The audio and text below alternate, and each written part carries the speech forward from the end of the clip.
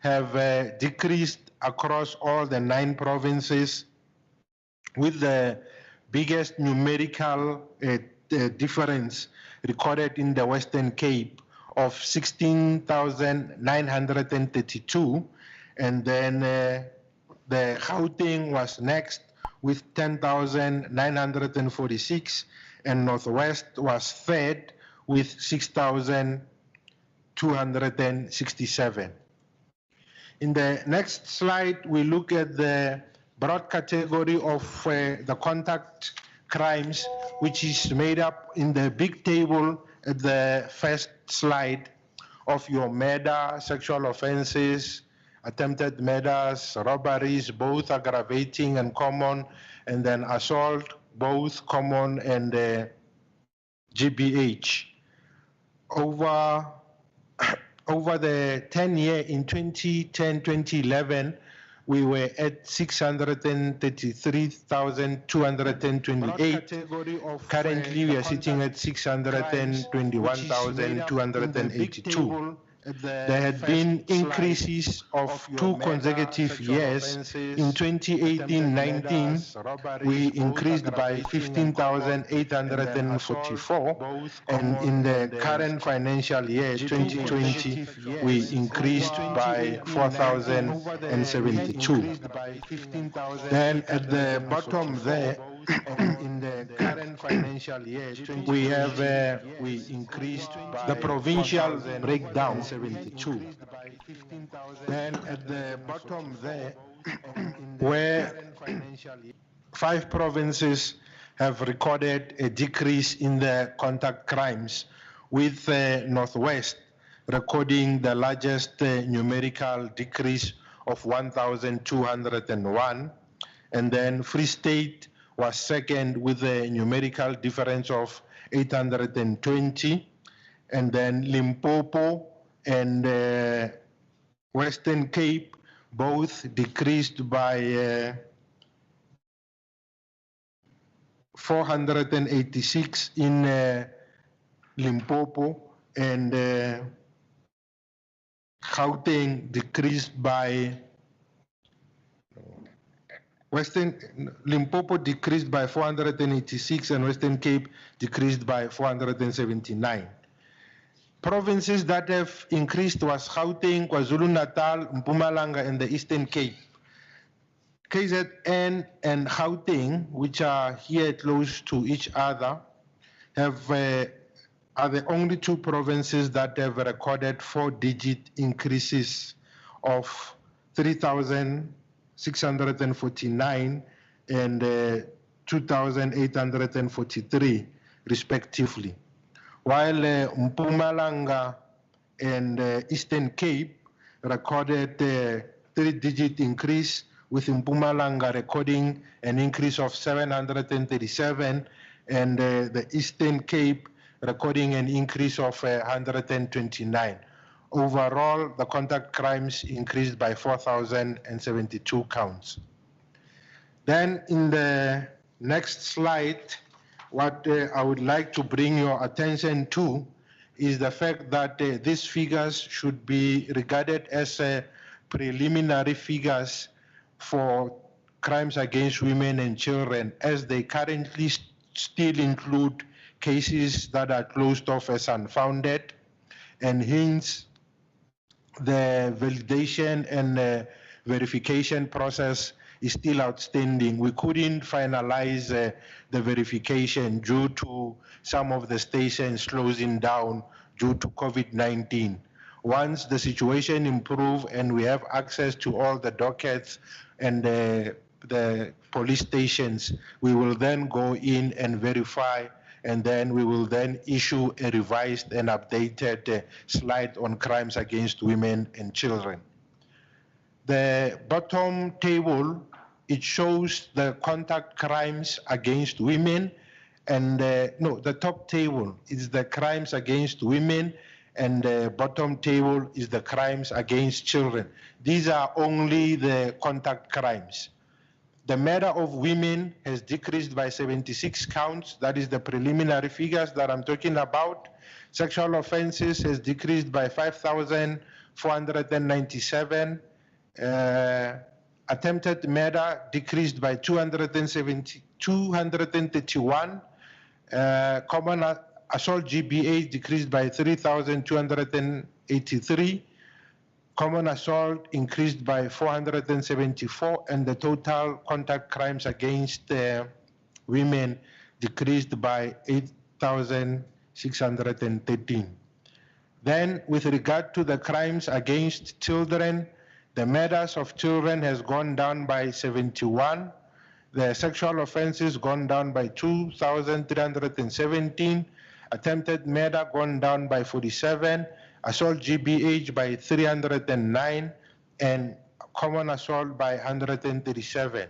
So overall, total contact crimes against children, preliminary figures indicate that they have gone down by 2,881. And as I've already mentioned, once the situation with COVID-19 improves, we will then be in a position to go in and physically verify using the dockets and then issue an updated slide on the crimes against women and children. Then we looked at the causative factors for some of the categories of contact crimes. On the left-hand side, these are what we call the causative factors that we looked as the contributory factors to the crimes that we have been observing. We looked at the crimes of I don't want to highlight. I need a point. Yeah. We looked at the 4 crimes, that is common assault, assault GBH, attempted murders, and murders. So on the left-hand side, when we looked at the contributory factor or causative factor of what we termed arguments or misunderstanding, that is in instances where both the victim and the perpetrator do not have any domestic relationship, we discovered that these contributed 37,876 counts to common assault. The very same causative factor contributed 31,699 to assault GBH, and to attempted murder was 2,974, and to murder 3,447. Among the causative factors that was explicitly mentioned in the docket or on the system when we looked for causative factors, the arguments or misunderstanding was the one that contributed the highest among those that were exclusively mentioned. Overall, the causative factor of argument and misunderstanding contributed 75,996 across the 4 crimes that we have indicated. This was then followed by the causative factor of domestic related. That is in an instance whereby there's some kind of a relationship between the victim and the perpetrator, either boyfriend, girlfriend, ex-boyfriend, ex-girlfriend, brother, sister, ex-husband, ex-wife. These domestic related contributed 21,344 counts to common assault. Then it contributed 14,907 to assault GBH, then 923 to attempted murders, and 1,482 to the murders. Overall, this causative factor contributed 38,656 across the 4 crime categories. Then retaliation or revenge contributed 3,126 to common assault, 2,674 to assault GBH, 526 to attempted murder, and 782 murders were attributed to retaliation or revenge. And this phenomenon contributed 7,108 across the 4 crime categories. Then the next category is robberies, which include house robberies, business robberies, and robberies that happened on the street. This phenomenon contributed 271 to common assault, 1,146 assault GBH, 2,841 attempted murders, 1,062 murders. Then vigilantism or mob justice contributed 595 to common assault, 1,867 assault GBH, 224 attempted murders, 1,202 murders. The phenomenon of gang-related contributed 905 to the murders, attempted murders 1,248, assault GBH 97, and common assault 40. And in terms of the province that has recorded the highest in terms of gang-related, it was again the Western Cape, which had the highest. Then we had 82 murders that were as a result of rape. Then we had 9 murders that happened as a result of bullying at school. 3 of the murders were as a result of prison fights. 271 murders were as a result of taxi-related violence. 43 were as a result of factional fights. 9 murders were as a result of service delivery protests. 35 murders were labor-related. 8 were witchcraft-related in some instances, including harvesting of the parts. 80 of the murders were as a result of the phenomenon of illicit mining. 2 were multi-related. Antagonism towards foreigners was 8, and 21 was politically related murders. So in terms of the ranking for murder, the highest contributor is arguments or misunderstanding not related to domestic violence, then followed by domestic related with 1,482, mob justice with 1,202, robbery with 1,061, gang related with 905, and revenge with 782.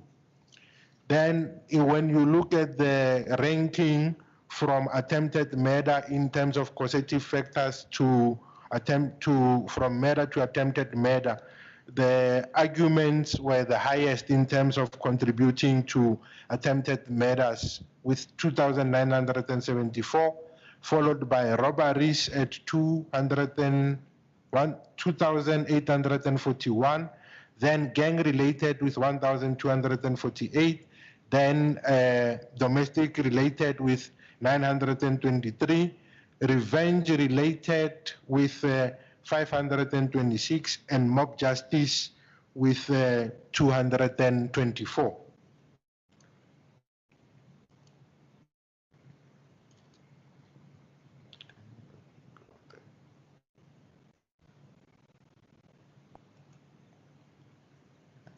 How do I get to the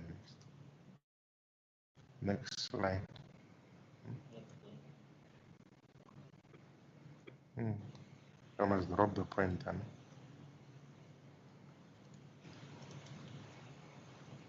Sorry, Chair, we try to move the slide. Okay. Thank you. Yeah. Then the Chairperson, through you, can I ask that the team move faster, looking at the time? All right. Thanks, Minister. The next category that we look at was liquor and drug-related offences, whereby we looked at confirmed liquor cases attributing to contact crimes.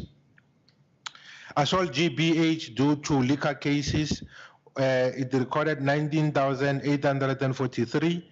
Common assault due to liquor cases was 8,755. Rapes was 2,859.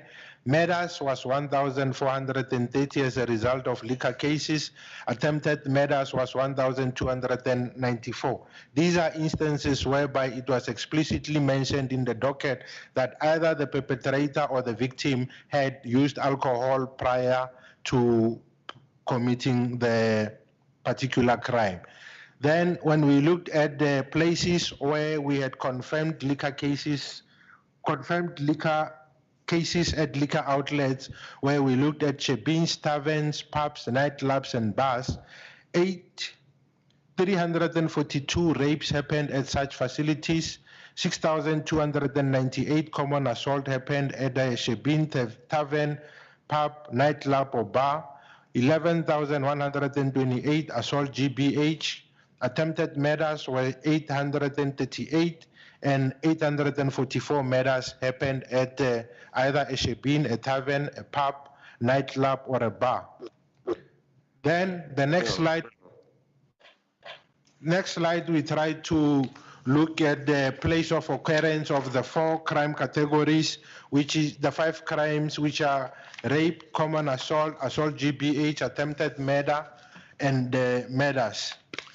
For place where we have residents of the perpetrator contributed 5,522 to the murders and 18,231 rapes happened at the residence either of the perpetrator or a victim, or including residents known by the victim, perpetrator, or family or friends. Then 9,714 murders happened in public places. 853 of the murders, as I already indicated, happened at the liquor outlets. 467 of the murders happened at the business premises. 88 of the murders happened at the, either a river, a lake, or a pool. So these are the breakdown whereby it was explicitly mentioned where each of these particular crime types happened.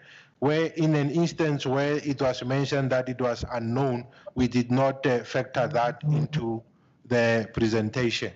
Then we looked at the 10-year trend in terms of the murders that we have recorded from 2010, 2011 to 2019, 2020. The murders in 2010, 2011, we started from 15,893, and currently we are sitting at 21,325. That is a percentage increase of 1.4%. What is worth mentioning is that in the 2017-2018, we had an increase of 1,320 murders. In 2018-19, we then had an increase of 686, and currently in the 2019-2020 financial year, the murders have increased by 303. Then in terms of the provincial breakdown, the 5 provinces that have recorded increases, with the highest increase happening in KwaZulu-Natal with 464 murders more, followed by Gauteng with 60 murders more, Mpumalanga with 50 murders more, Northern Cape with 4 murders more, and the Western Cape had only 1 additional murder. Overall, the murders increased by 303 counts, or 1.4% increase. Then, when we look at the murders of police officials, 73 police officials were killed in the current financial year, whereby 35 of these police officials were killed whilst they were on duty, and 38 were killed while they were off duty. For those that were killed while they were on duty, it was an increase of 7 counts from 28 to 35 murders, and those that were killed while they were off duty decreased from 49 to 38. In terms of the provincial breakdown, KwaZulu-Natal had the highest number of murders that were killed on duty, that is 11, while Gauteng has the highest number of police officials, again 11, that were killed while they were on duty. Then in terms of murder and violence on farms and small holdings, we had the Eastern Cape and the Free State each recording 12 murders, and then Limpopo with 9 murders, and then Gauteng with 5 murders, KZN had 5 murders, Western Cape had 3 murders, Northwest had 2 murders, and Mpumalanga only had 1 murder, and the Northern Cape did not have any murder that happened in the current financial year at a farm or small holding. Overall, for the current financial year, we had 49 murders that happened at the farm or small holding. That is 2 counts more over the previous financial year, where we had 47 murders that happened at a farm or a small holding. Then the highlights of the trio crimes, which are made up of carjacking, robbery residential, and robbery non-residential. We had 2 years where we had reduced the crime. In 2017-2018, we had a reduction of 1,128, followed by a reduction of 1,164.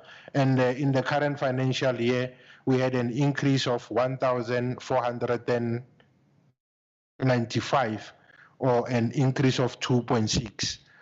The provinces that have recorded decreases in terms of the trio crimes are Free State, Northwest, and the Northern Cape. And again, KwaZulu-Natal had the highest increase with 687, followed by Gauteng with 627, and the Western Cape with 321.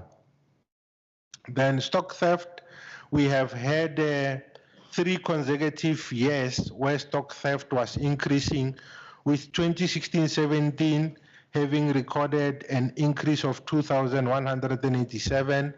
2017-18 we had an increase of 1,947. 2018-19 we had an increase of 823. And in the current financial year, we have managed a decrease of 1,254. And only 2 provinces have recorded increases in terms of this phenomenon of stock theft, which is Eastern Cape with 64 and the Western Cape with 36. The rest of the 7 provinces all recorded a decrease. And that is the last of the 12 slides that we intended to brief the Portfolio Committee on. I thank you.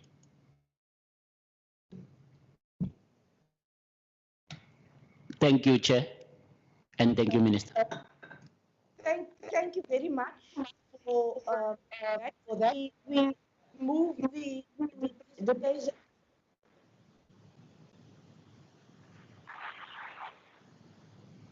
Honorable members, we have the presentation.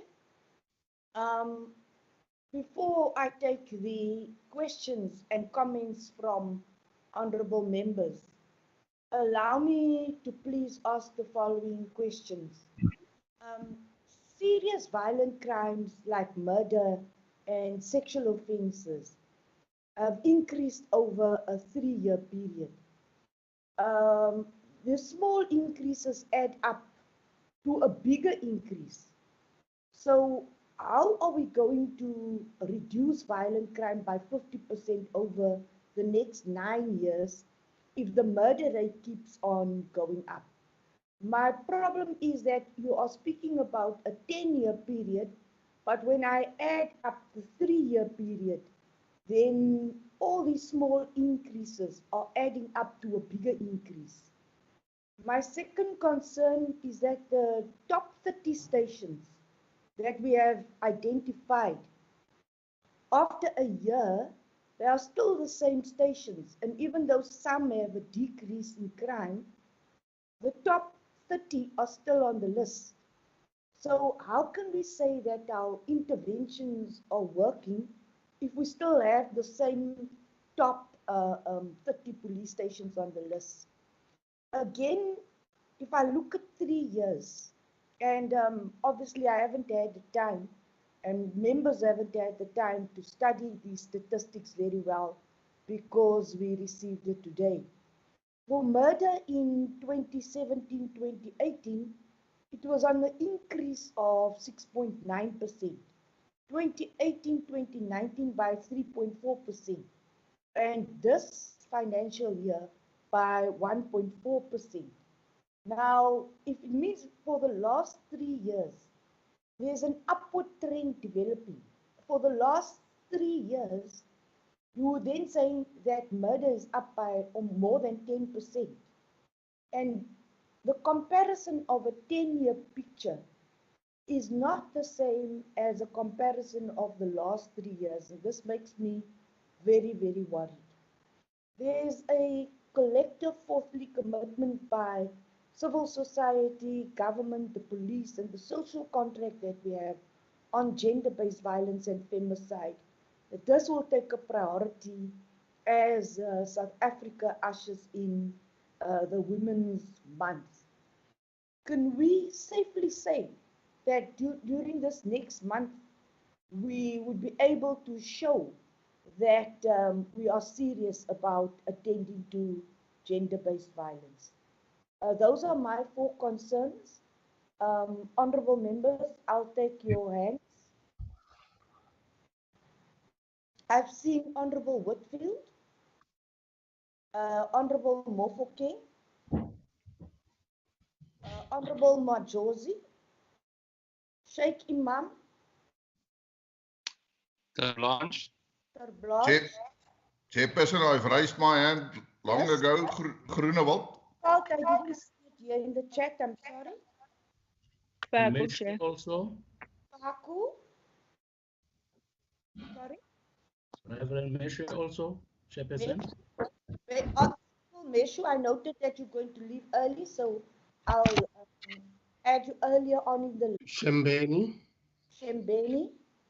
I just give all members a chance. Mapatsu, I'll give you a chance. Paku. Right, could I take Whitfield? And because Honorable Meshu has to leave early for a funeral. I've also accepted the apology of Honorable Patrain. Sorry for not raising these apologies earlier. We'll start with Honorable Whitfield. Thank you very much, Chairperson, and allow me to thank SAPS for the presentation and to thank SAPS and congratulate them on their efforts in moving so swiftly against the brutal farm murders and attacks in the Northern Cape over the weekend. I hope that this is part of a trend of activating the 72-hour activation plan in these rural communities to ensure that we clamp down quickly on these vicious crimes. Chair, I wanted to just find out, usually the crime stats are presented in September as far as I know. So have these stats actually been signed off by Stats South Africa, including the slide which we were told were preliminary figures? Another question, Chair, I think it was the National Police Commissioner, and this is just a clarity. He mentioned that crime decreased overall by minus 2.1%. If crime decreases by minus 2.1%, that actually means it's increased by 2.1%. Does he in fact mean that crime has decreased by 2.1%, or has it actually increased by 2.1%?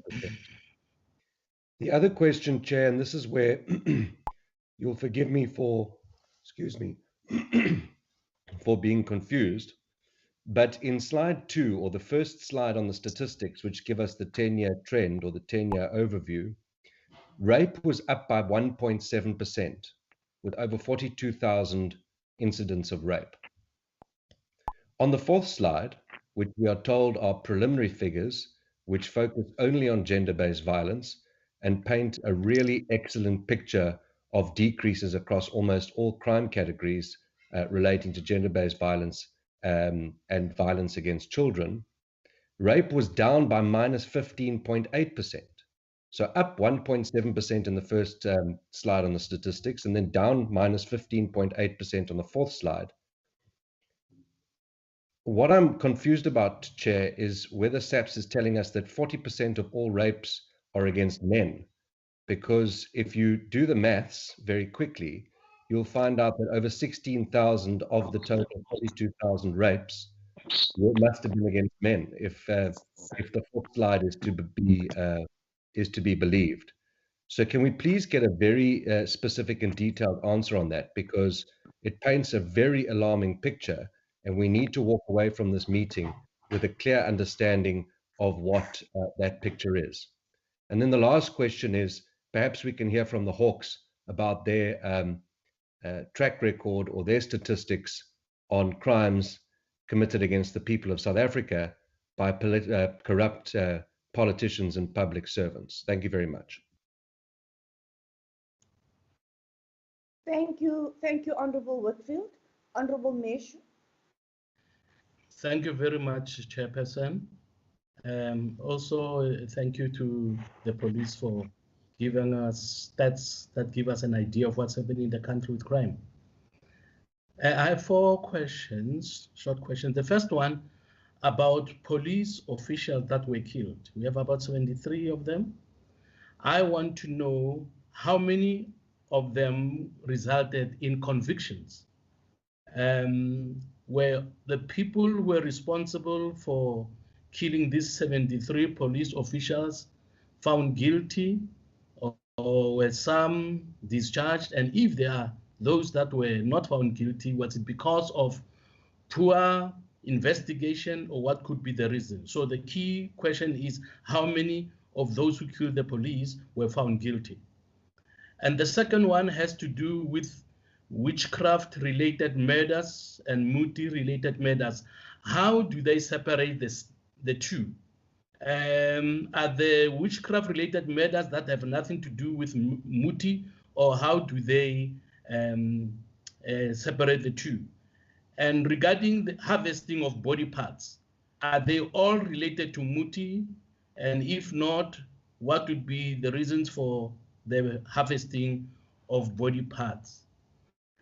The third one, the general said they managed to retrieve firearms from criminals. I want to know whether they have separated the number of firearms retrieved from criminals from those they got from those firearm owners who did not maybe want to renew their licenses, or who gave up because it took long for their licenses to be renewed. So how do they differentiate between the two? How many were criminals and how many were those that were not relicensed? And the last one, the fourth one, is about truck hijack. Now, some trucks, we know that they are damaged in the process and some are touched. Now, under malicious damage to property, do they include trucks that were hijacked and damaged, or how do they separate trucks that were, are they reporting twice on trucks that were hijacked and damaged, or those trucks that were hijacked but not damaged are counted separately? Thank you, Chairperson.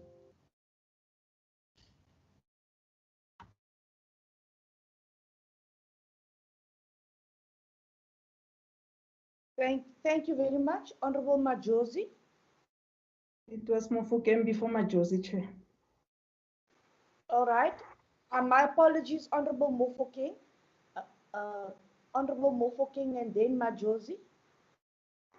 Thank you, Chairperson, and thanks for the presentation from SAPS. Chair, I want to say that maybe in future, we should give ourselves time when we get stats. I know that we must finish at 10. And I'm worried that there are not of slides that one wants to go through those slides and question, because we are really not going to do justice into this. And as much as we appreciate the stats, but we must find out. I will start where Honorable Meshu left about the slide on witchcraft and related and also Muti. How are they separated, so that we can get that? And also, you know, there are so many questions into this fact. I know that if you look at provinces, it will record more in Limpopo as we usually see, maybe other areas we don't know.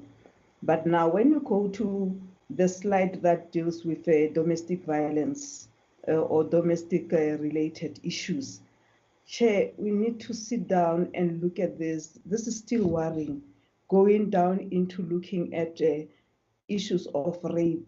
For me, there's an increase, and one will want to say, what is this? What are we doing?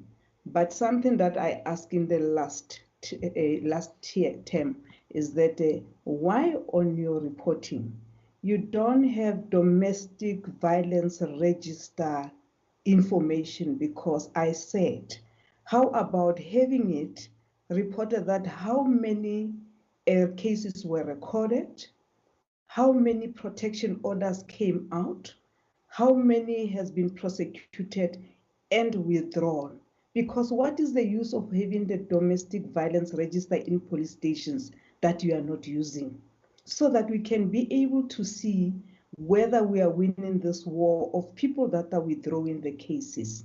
Nothing is said even now. Then you go to the issue of trucks and hijacking and all that. I can see that there's a lot that is happening, but also a worry is companies that will allow their trucks to be on the road. And I'll give an example of what happened in the road of Roslyn in Pretoria during the week, that a truck from SAB, fell on the side and everybody, it was chaotic on the freeway, people collecting liquor and all that. But we are on lockdown, and the question will be, what was this truck doing at that time? Where was it going? Because we know that we are on lockdown of nobody is selling liquor. And that still need to be answered because it was something that was not good on the videos. Then the bank robberies. I think we should learn. It's not about only police officers that are doing the good job. It's also for banks that has done measures. So the same should happen to truck companies, have escort, because they also have a responsibility. They cause chaos on the road.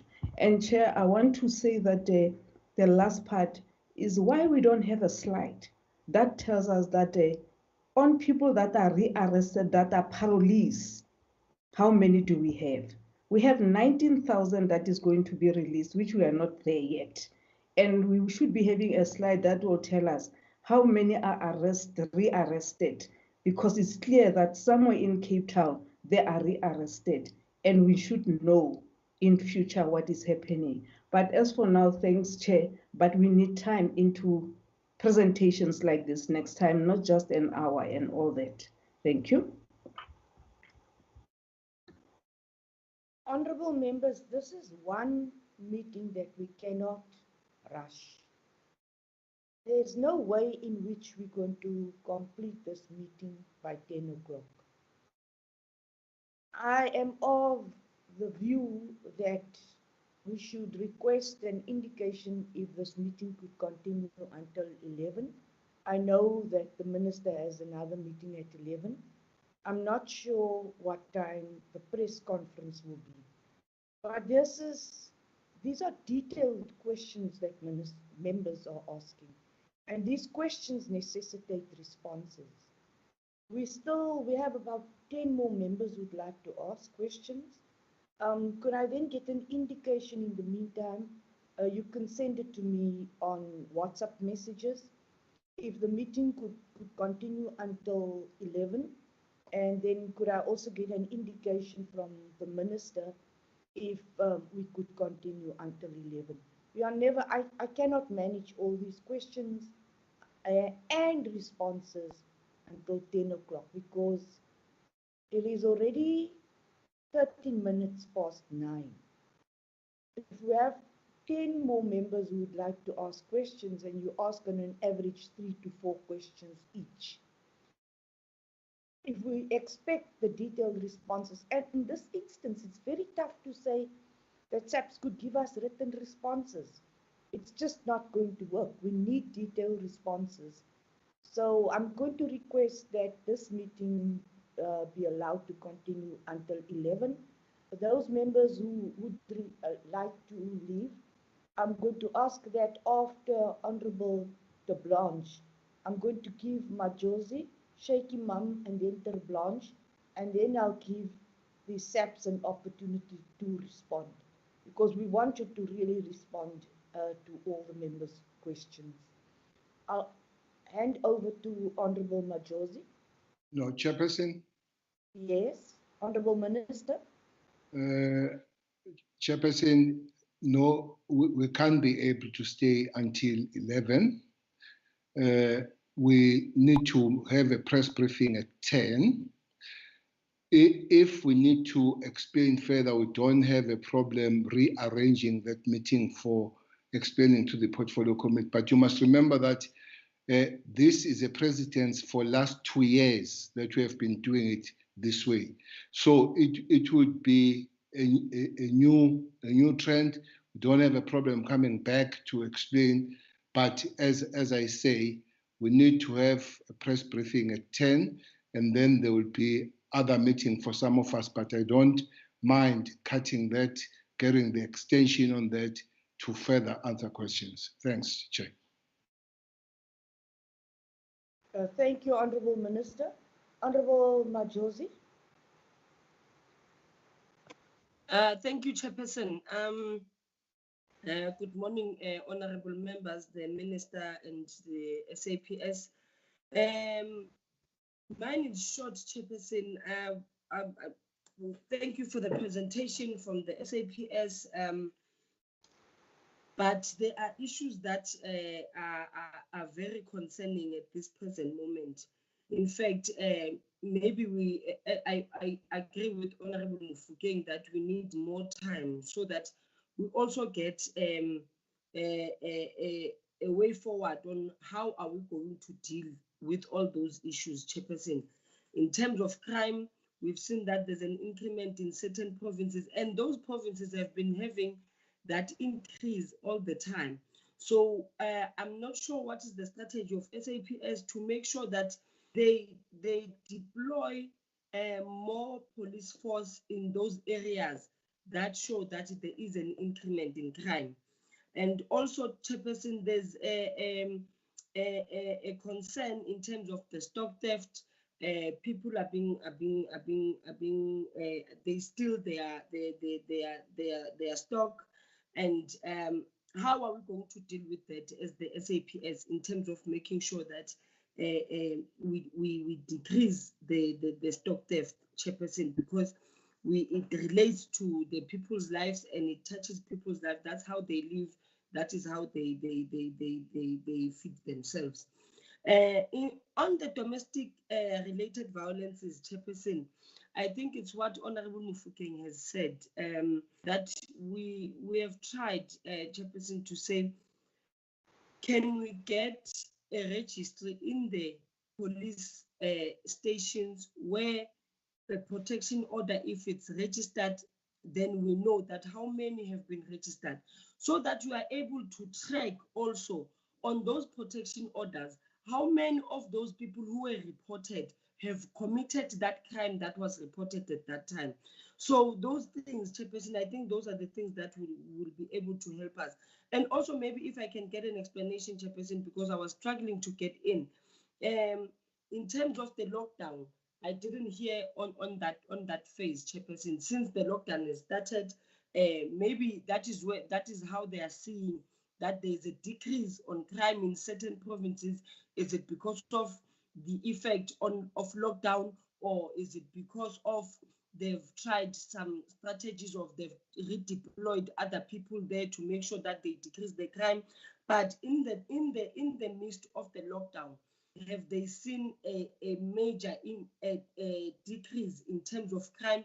And also, Chairperson, the cases of rape, it's really worrying. And I would like to know if the SAPS has considered getting professional people, hiring professional people who will be in police station of these rape cases, and they know what is it that they are dealing with. Maybe they will come up with a registry where everything has to be locked down, because it seems as if we are dealing with police officers who are not even willing to know or to listen to what has happened. And because there are many other rape cases, Chairperson, whom people are still working now and have raped those people, they are not in jail.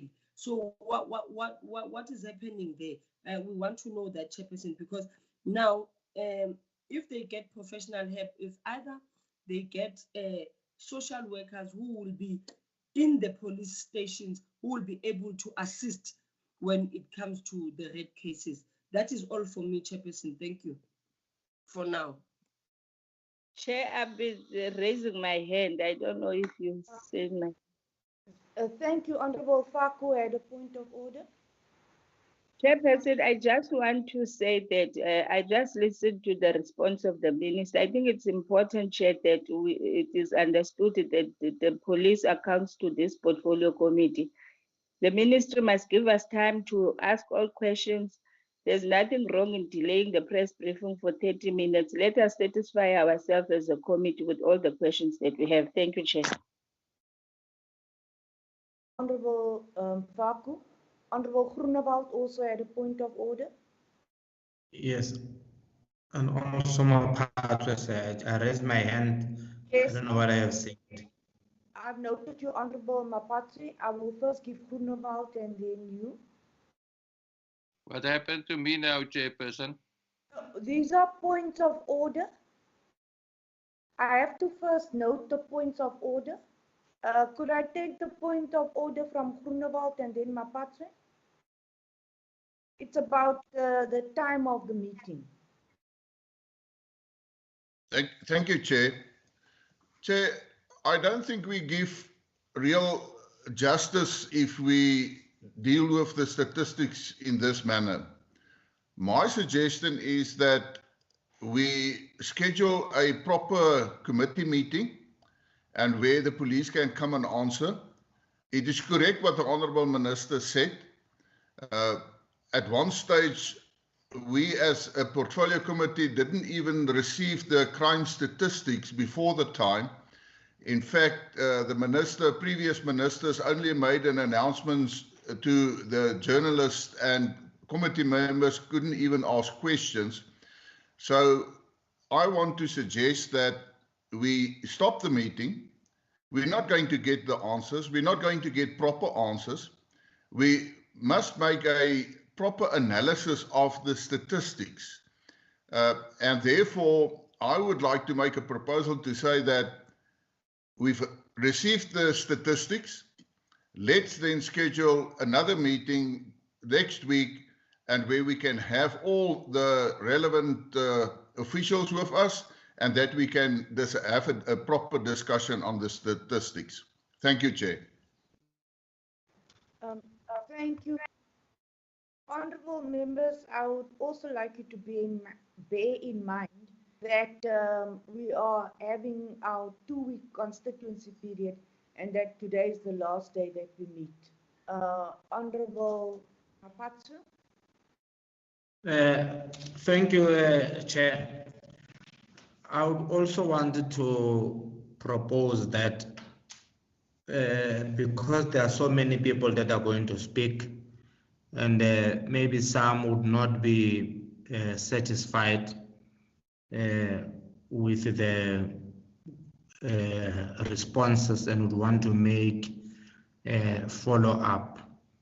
And the minister will be rushing to the press conference. Much as we appreciate that, at least we get the presentation before it goes out public. That's one thing that we need to appreciate. But I don't think we'll be doing justice, Honorable Chairperson, that we continue with the meeting, because they will be rushing, because this is virtual.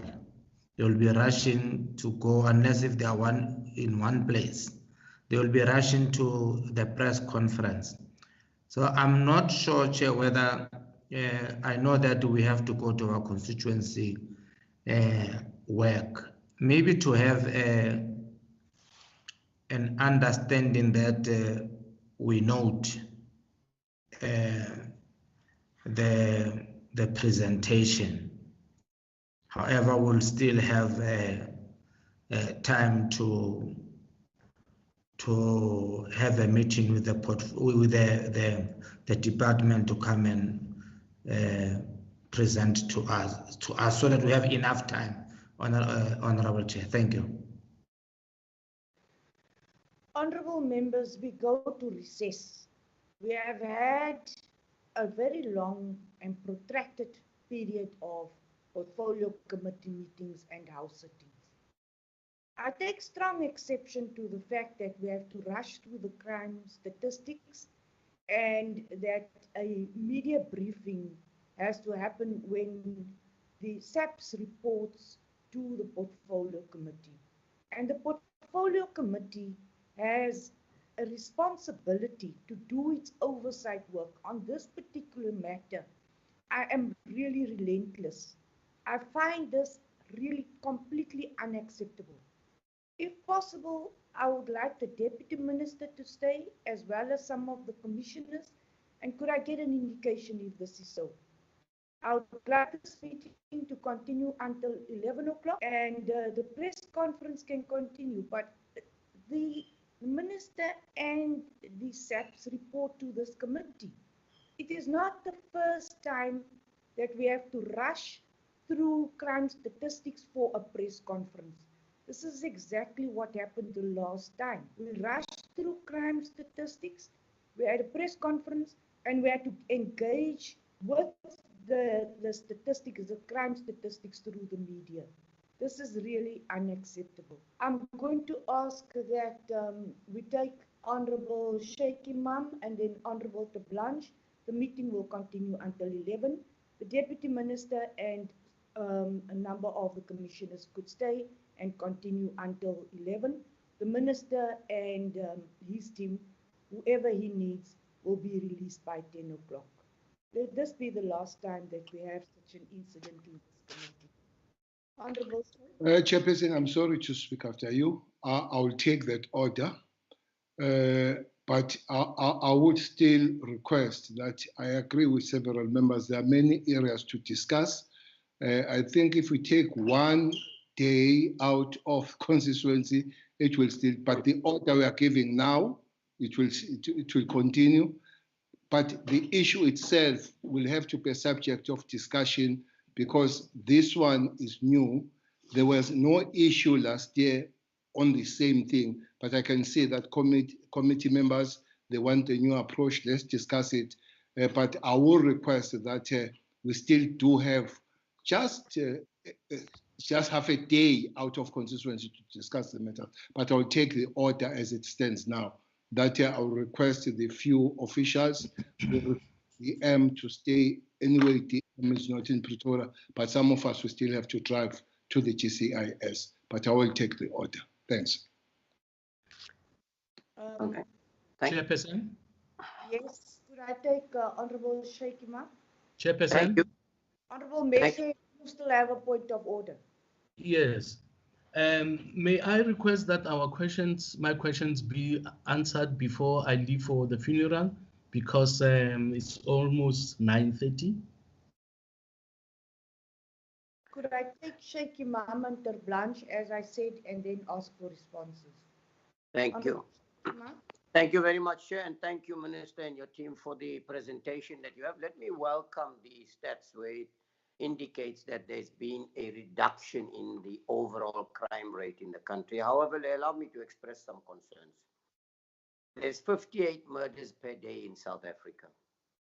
And if you look at car hijacking alone, in terms of what I have now picked up is there's about 50 a day in South Africa, and there's about 130 car thefts in South Africa. Could you tell us, in terms of the car hijacking and the motor vehicle theft, what measures are you putting in place together with dealing with, remember there's a market for it and that is why people are stealing and hijacking, together with the other relevant departments, transport department and every other role player, particularly the borders and things. That's the first thing. The second thing is that I've known, would you be able to at some stage give us statistics on all these crimes that are committed, what percentage of them were firearm related or firearms were used in these things? And equally notice that in terms of alcohol, 348 rapes were alcohol related, 6,298 common assaults, and it goes on and on the list. So clearly you need to tell us what measures are you putting in speaking to the other relevant departments to deal with this. And finally, because I've got a lot of questions, 12 women are raped every day and 14 are sexually assaulted in South Africa. We find that there are weaknesses in the FCS unit. They are not acting optimally and being able to deal with the challenges that we have in terms of sexual violence or gender-based violence in South Africa. And then I'd like you to tell me on farms, do you believe there's something sinister going on? Is it because of the vulnerability of remote farming communities that they are under attack? And I'm still waiting to hear on the Wienen farm murder. Thank you, Chair. Honourable members, I'm going to take the blanche. Could I please ask the members to bear in mind that we are going to go into a 2-week period of recess. The House Chair will not allow meetings during this recess, and I am not going to allow meetings for the next 2 weeks. So when you do ask questions and you do your responses, please bear in mind that we will not meet for the next 2 weeks. I ask the Blanche. Chairperson, thank you. Chairperson, let me start also by appreciating the presentation, but then, Chairperson, I really need to express my discomfort by this meeting at the moment and my serious concerns. The idea that I got is that this meeting was sneaked in. It was never on the program. And then the last thing, we just got mentioned, informed about this meeting. We didn't have the opportunity to, study the documentation that we received properly. And, now we are in a very uncomfortable position in the sense that there is going to be a press conference shortly. And, Chairperson, we are in no position to, convey our thoughts on to our electorate. Chairperson, really, I don't feel very comfortable what's happening now. And, in the meeting now, we learned that the meeting is now extended with another hour. Chairperson, we don't work like that. We have other commitments on our side as well. Really, I want your serious intervention. Thank you. Honorable Blanche, I am trying to intervene to address this matter. I'm cognizant of the fact that this was not a scheduled meeting. Yes, you are correct that I applied pressure on everybody to arrange this meeting. So I take full responsibility for what is happening today. I also take full cognizance of the fact that you did not have information and that it was provided for you today. So I am equally uncomfortable with what is happening now. Hence, I asked for an extension of 1 hour. Could I ask that the responses be given by SAPS now, please?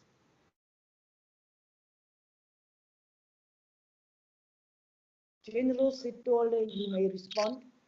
Chair, you did not give me a time to talk. I raised my hand. Yes, this is the first round. Oh, okay. No. And then Groenewald, Faku, Shembeni, and Mapatse. I'm doing this because Honorable Mesho has to go to a funeral. You may respond, SAPS. Chair, there are, I think, 2 questions. The Honorable Majosi asked about the lockdown statistics. All these stats are for 2019-2020, ending end of March. So you must remember that the lockdown came on the 27th of March. So they are not part of these. They are not part of these statistics. Those, as she said, she came late. After this, will be given quarterly, and the lockdown statistics then will come under those quotas. So that's a generic question that I wanted to ask. The first one, Chairperson, you spoke the question of I think, well, the chair has made it clear that he is not going to call any meeting now. When the time comes, we will discuss, because I agree there are matters to be discussed. Chairperson, if you look at the figures at the present moment, asked by Honorable Whitefield Party, the police will expand on that 2%.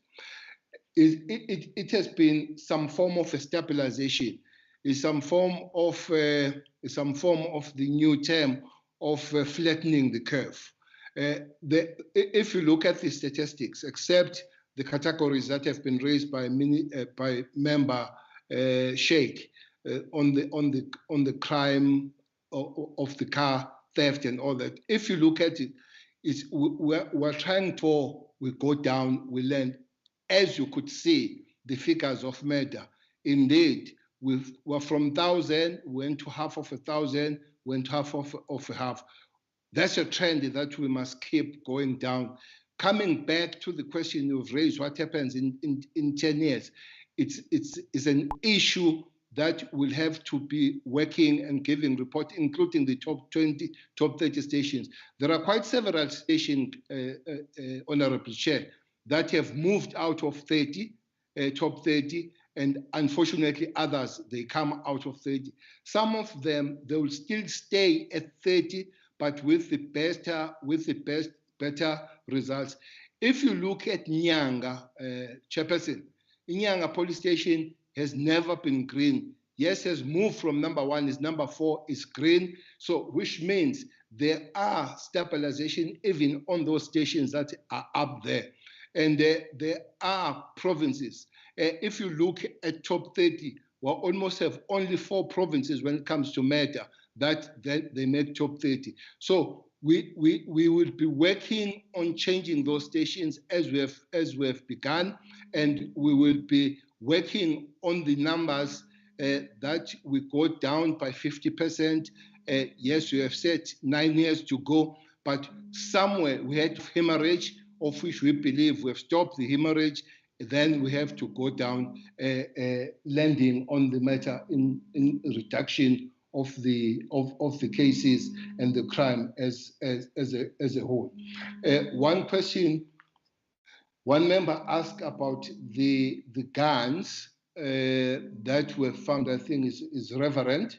The guns we're talking about here are the guns that are found out of the police operations, not the guns that are surrendered. So these are from the operations where police raid, where police find. Go to, last month you went to Diepsloot, where we had an operation, we find 11 firearms illegal there. So these we're talking about are those that are found by the police out of operation, not those that are surrendered. Thank you, Chair. Thank you very much, honorable members. I'll give to the SAPs now. Please bear in mind, we are not scheduling any meetings during the constituency period. So could SAPs please respond?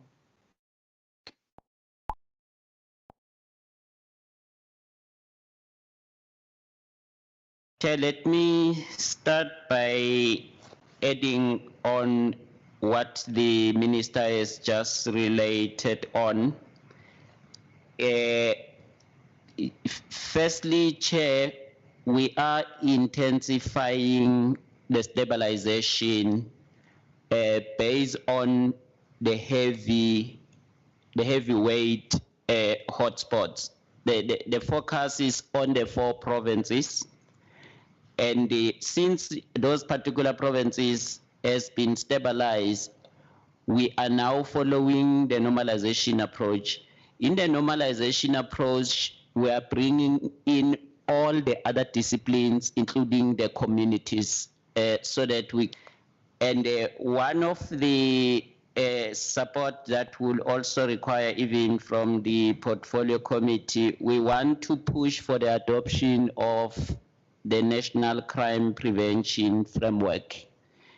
In the National Crime Prevention Framework, we want the provinces to provincialize, to have provincial crime prevention frameworks. We started in the Western Cape workshopping one we want to proceed throughout all the other provinces, and we want to de-escalate the provincial crime prevention framework to local level so that we can also have the local crime prevention framework, because this is the prevention approach that involves government agencies and civil society working together.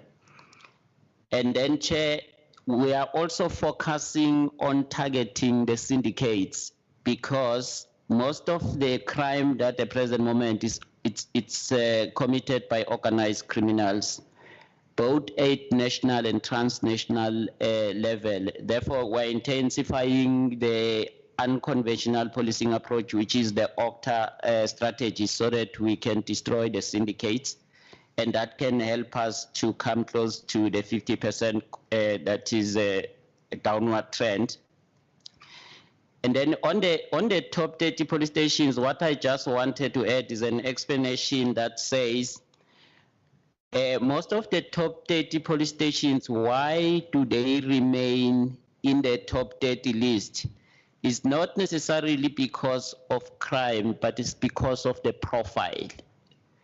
I think these particular stations, some of them, they are carrying a profile that is supposed to be policed by 3 police stations. Now, part and parcel of the normalization immediately after they have stabilized is for us to increase the service delivery access strategy, to accelerate it, so that where there's been spatial development extensions or expansions in some of those stations, then we get other police stations so that we can stabilize the profile. Some of those stations, they will only then completely be on reduction the moment we have increased the service delivery access, because the spatial development stretch has taken place very extensively in some of the police stations, to such an extent that they are no longer able to extend policing to some of the geographical areas across. So, but that's in the normalization that is processed. Then on the signing of the crime stats, yes, the crime stats has been signed off by the DG of Stats SA. And I also then want to correct myself on the 2.7% decrease. Yes, it is a 2.7% decrease of crime in the total 17 community related crimes. Then the one aspect that we also want to note and will take for compliance, it's the enforcement of the trucks, of measures through the truck companies to comply. Yes, we do have SAPRICs with the banks, which is a structure that work together with us. We also have with the trucks a structure that is constituted by labor, transport, home affairs, and ourselves, including the trucking companies. Then will therefore enforce those particular measures.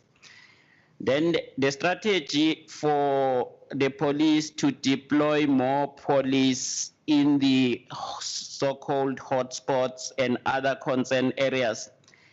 We also take note and we agree. What we want to indicate at the present moment is that in terms of the national crime combating strategy, there's the stabilization resources are going to be withdrawn and redirected to certain areas, which has been identified as new hotspots, because our intention is to stabilize all the hotspots.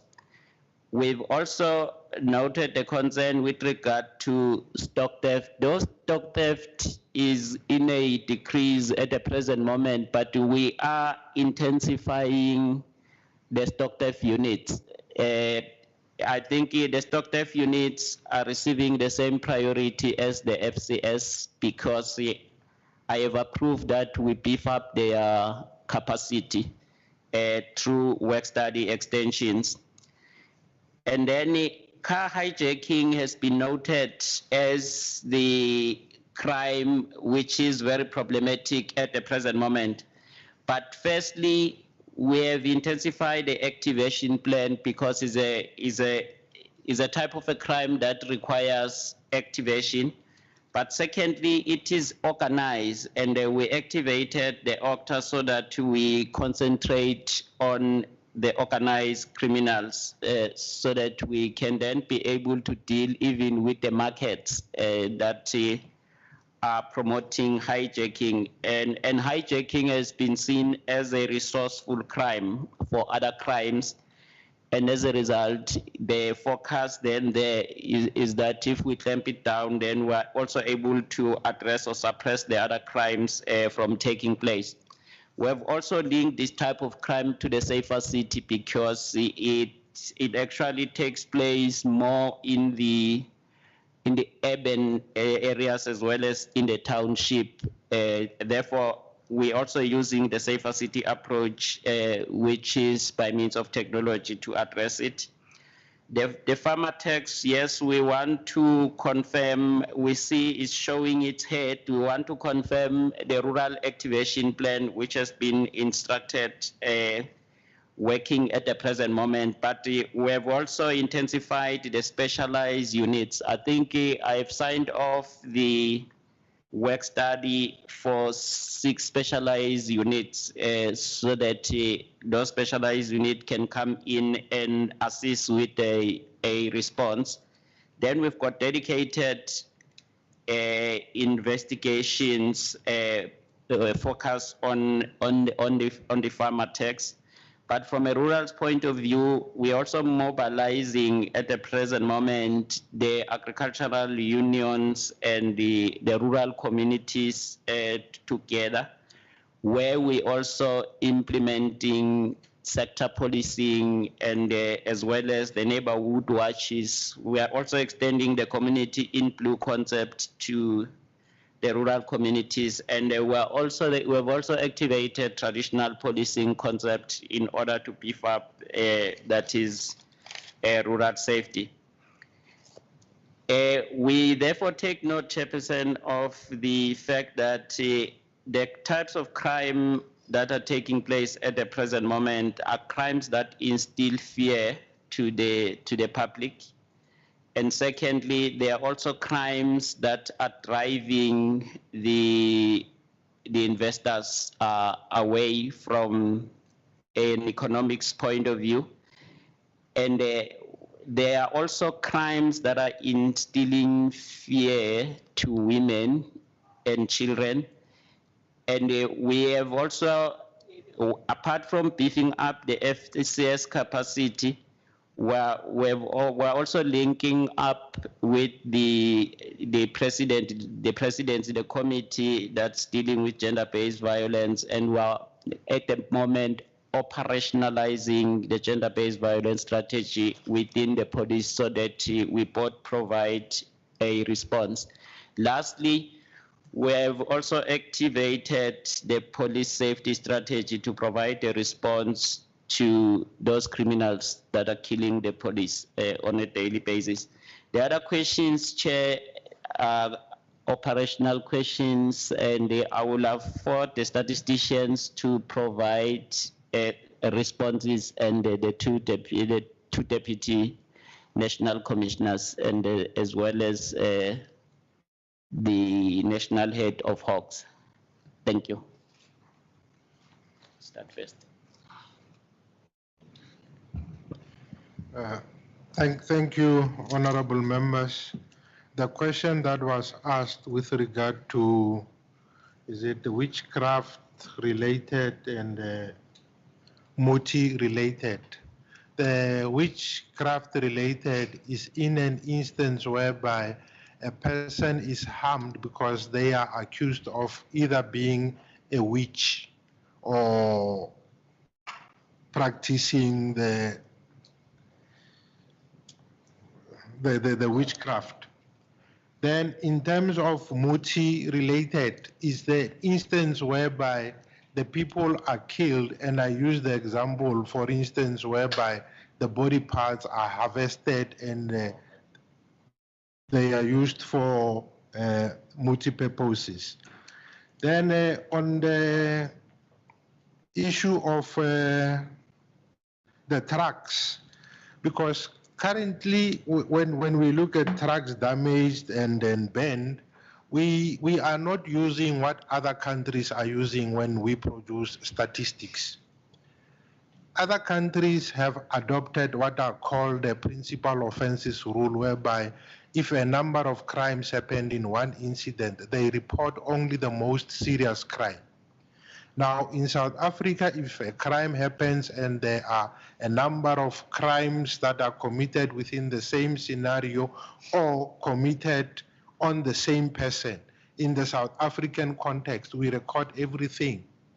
But other countries, they apply a specific rule which is called the principal offense rule, whereby they will record the most serious crime to avoid the issues of duplicating in terms of the crimes. But we intend to propose to the portfolio committee and the public in general that it is an ideal way to proceed, because this is an internationally accepted standard whereby you decide at what level do you record the crime, whether you report and record at an input level or at an intermediate phase or at the output phase. In South Africa, we are reporting at the input phase, where everything is reported to the police, it is registered, investigated, and then removed as an unfounded. In other countries, they report, they investigate, then after they register. So that is what is called the intermediate states. Other countries report crime states after they've been finalized at the courts. That is the convictions that are being asked of us to provide. And you will find that across all the crime stats capturing method, those countries that have adopted the input phase always are deemed to be the highest in terms of the commission of crime, solely because everything is registered and then investigated and then closed as unfounded at a later stage. With regard to the slide that is being asked, that we are told it's preliminary. Yes, it is preliminary, because that's the reason why we have included a footnote to alert members, because if we were to take the decision on our own that these numbers we have not yet verified by going to the police stations due to COVID-19, if we unilaterally took that decision, we might have been accused of trying to hide something.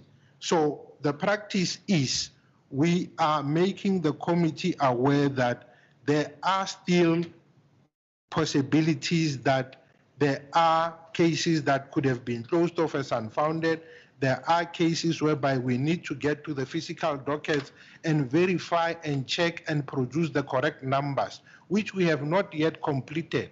So now what we are doing is we are providing the preliminary numbers, and we alert the committee that these we have not completed the verification of such numbers, so that we are transparent upfront that these numbers are still going to be verified, and once they are verified, they will then be revised, which is a standard practice in statistics.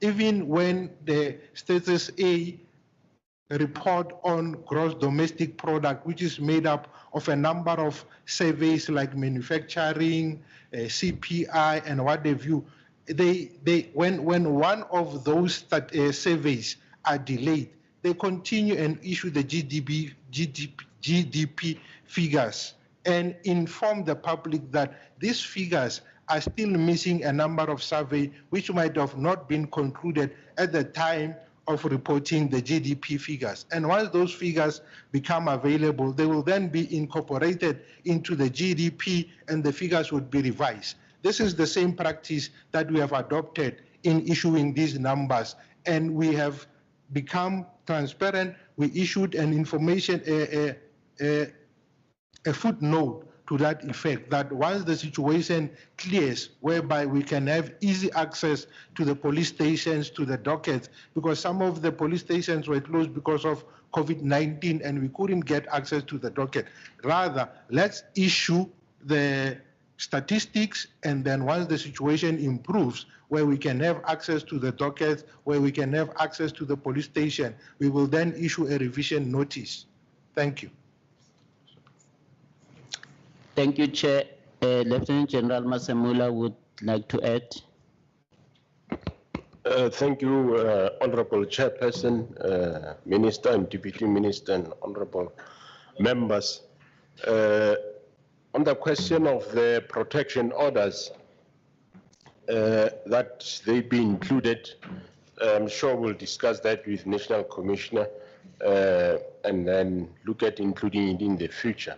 The availability of a register at each police station, yes, there is a register for protection orders at each police station, which indicates how many of them have been served and how many are yet to be served. So that register is available at each police station. On the matter of the contribution of alcohol to crime, yes, we did close some of the liquor outlets. We know that is not yet sufficient. During our operations, we do close liquor outlets countrywide. We closed 89 liquor outlets for the financial year, where licenses have been revoked, of which in Northwest there is about 6 of them where they were suspended and the license were later given back after a period of suspension, because sometimes they get suspended for 6 months or a year. So in total, we have then, if you minus the Northwest, 78 that remains revoked, and that's the activity, that's the actions that we take with the various liquor boards when crime happens in those specific liquor outlets. I think that is all the questions I have. Thanks, Honorable Chairperson. Thank you, Chair.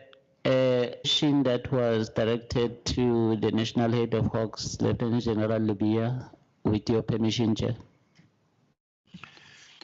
Thank you very much, Honorable Chair. Sorry, honorable members and DM and the team.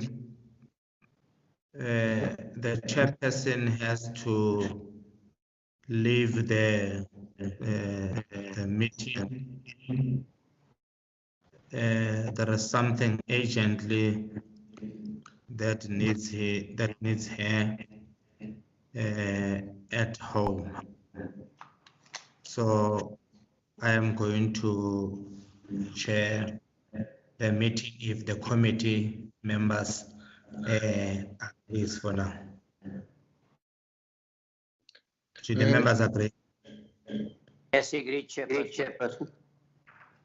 Chairperson, can I make the first request of withdrawing and go forward to what is supposed to, and I'll request that the National Commissioner stays and joins me and take General Masimula and General Skukuna with me. Okay, Minister, you can do so. I did not have the list, or are you still responding? The department is still responding. No. Thank you, Chairperson. Is Lieutenant General Levy, the National Head of the DPCI, and honorable members, as well as the Minister and Deputy Minister. 2 questions were directed at the Directorate for Priority Crime Investigation. The first one came from the Honorable Mr. Whitfield that relate to corruption and fraud relating to the politicians in that direction, that these cases seems to be not appearing. In terms of the arrangement of the states, that subcategory is not included, but the cases themselves are part and parcel of the fraud and other matters. So I just needed to clarify on that one. The second question was coming from the Honorable Meshoe with regard to the conviction on police matters as to how many convictions were secured in respect of this matters on police officials. I need to respond in this way. During the period under review, 67 arrests were effected on matter of police officials. This is in 30 cases. 59 of this were the cases that happened during this financial year under review. That is the matters where 59 arrests were effected, were committed during this financial year under review. 8 arrests were effected in older cases where the matters were committed in the previous years. So that makes 67 arrests in total during that financial year. It always happens that sometimes the effecting of arrest is done at a later stage. Like as an example, today, an accused person will be appearing for the first time in Kempton Park for the murder of a police official that took place in January 2018.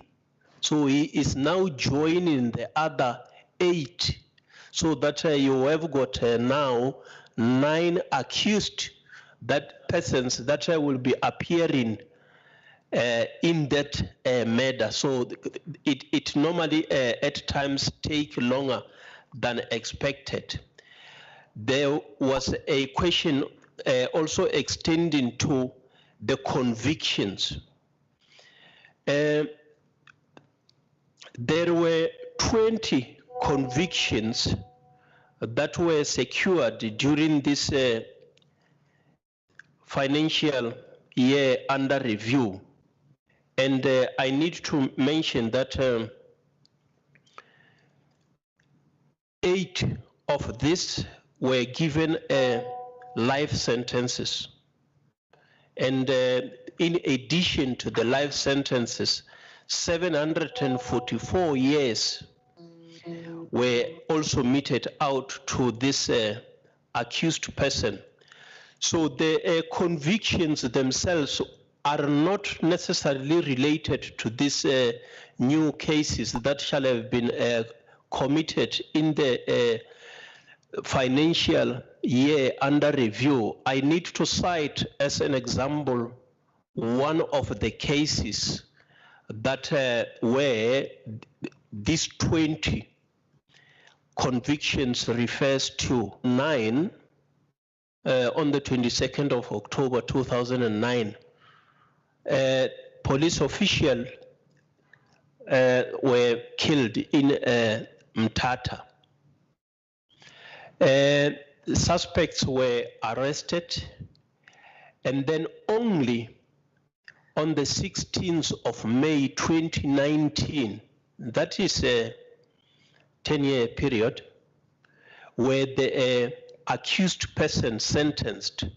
The first one was sentenced to life imprisonment for murder, as well as additional years, that is 15 years for the possession of firearm and armed robbery.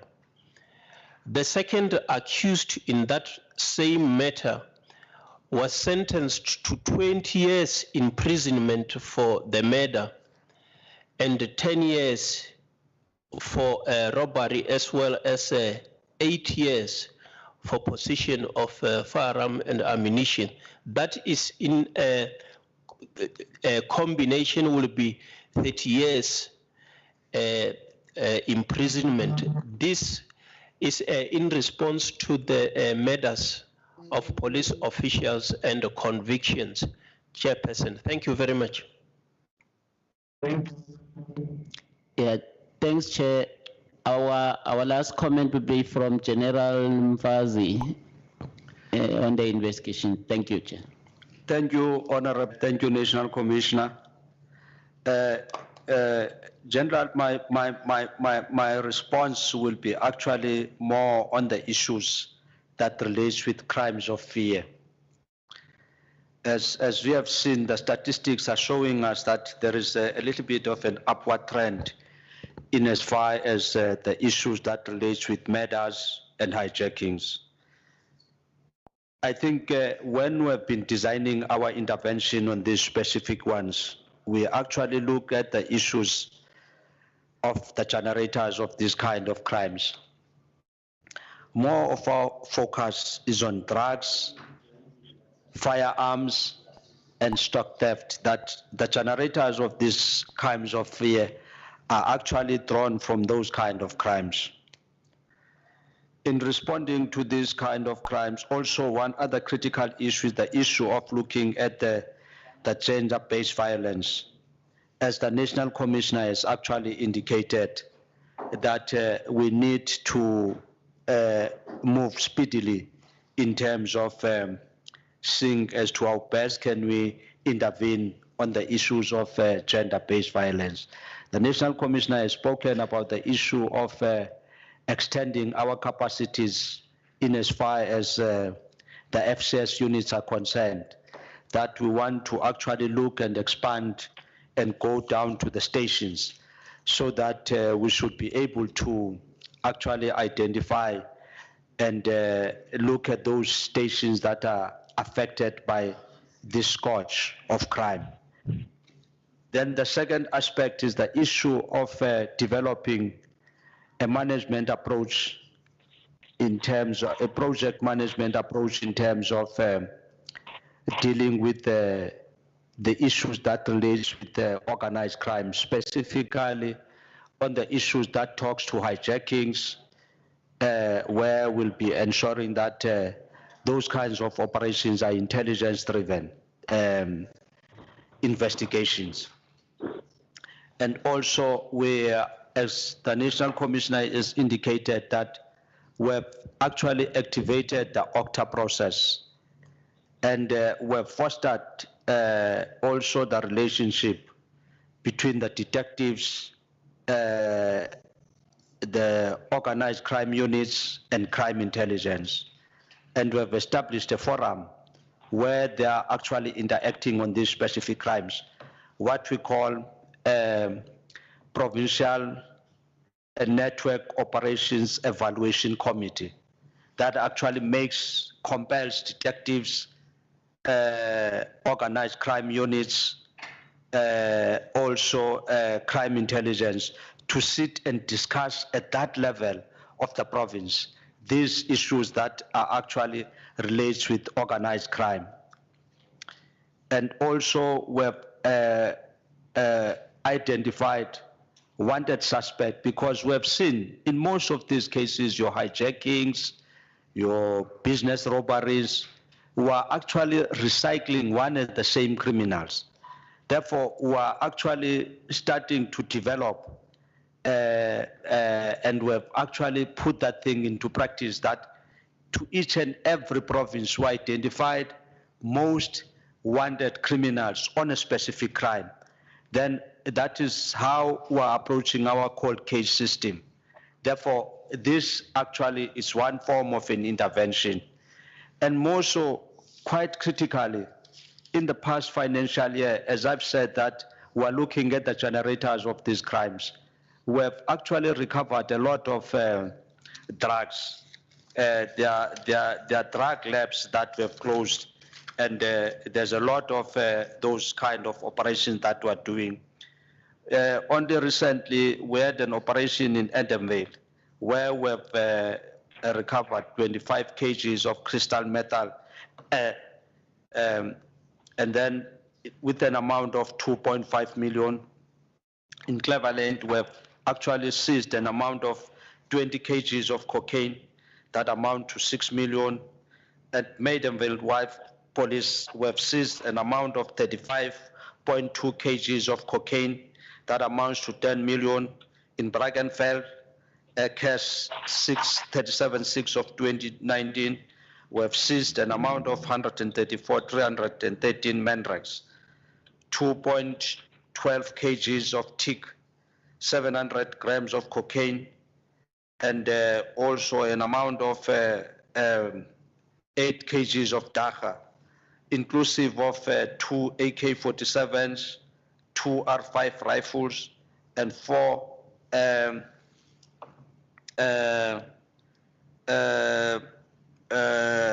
firearms. Then this actually is a testimony of the fact that we are directing our operations so as to reduce the levels of crimes of fear. But of course, as I've said, that we have noted the fact that these kind of crimes are being generated by the availability of drugs, the availability of illegal firearms. Thank you, Chair. Thanks, General. Yeah, thank you. General. Yeah, thank you. Thank you, Chair. Chair, it's just an indication in summary to say, as the Minister has indicated, that we are presently flattening the curve, which is through the stabilization. The focus now is on multidisciplinary collaboration as well as community mobilization. And the nature of crimes, when we look at the root cause metrics as well as the modus operandi reports, I think it requires quite a lot of education and awareness that we need to do to the communities. The further focus, given the current situation, including COVID-19, it's also on the modernization of policing, where we're trying to make use of the online platforms, and then as well as introducing other approaches such as the safer city to revert to technology, the cybercrime response, and other related technology approaches. The last point, Chair, the domestic violence register, we are going to do the extract, but we will report it through the performance reporting, because it's not a stats issue, but we will generate that information for the portfolio committee through the normal performance reports that we present to the committee. Thank you, Chair. Thank you, National Commissioner. Can I recognize Honorable Redfield? Is there any person who wants to speak?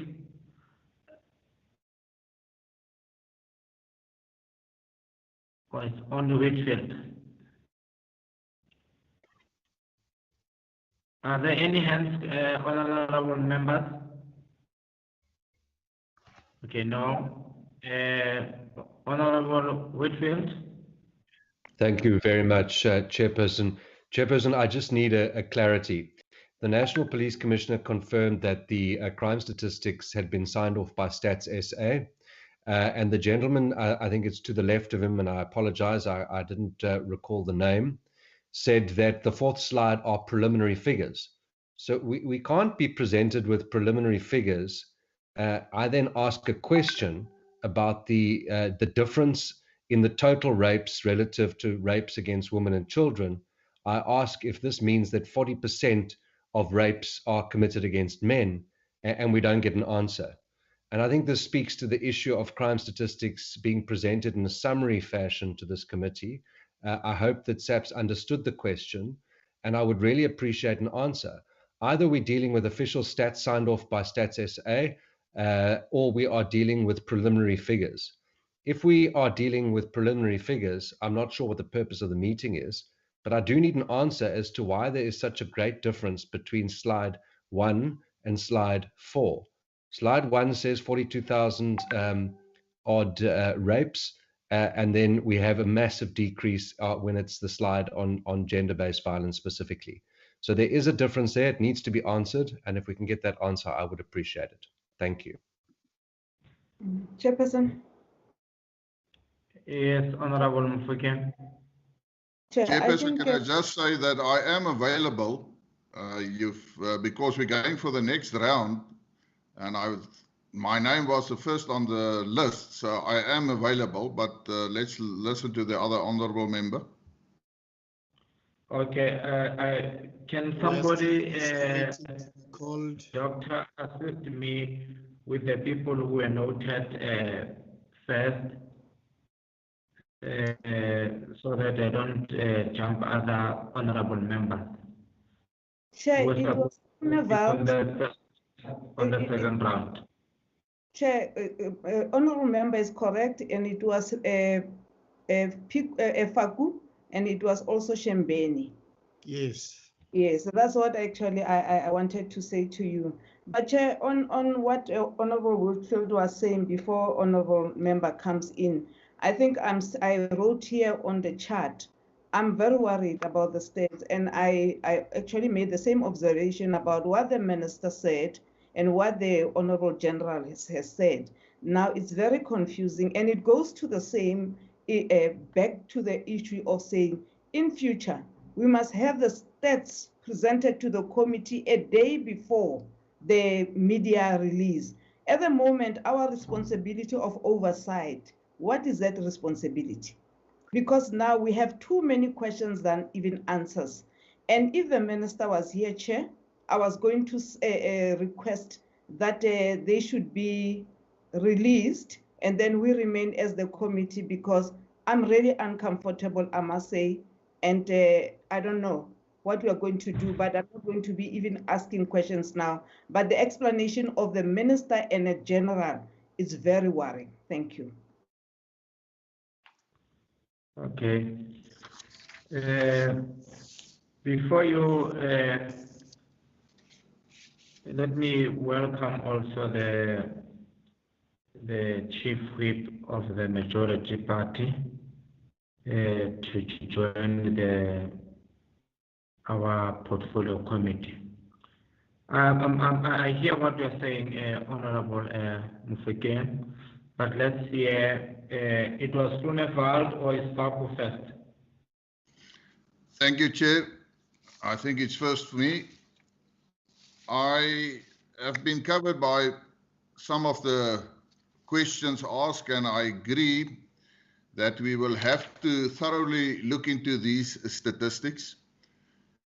My question, firstly, Chairperson, if we look at the causative factors of the categories of crime, I want to know, how do we distinguish between, for instance, arguments, misunderstanding, not related to domestic, and then domestic related, that I understand.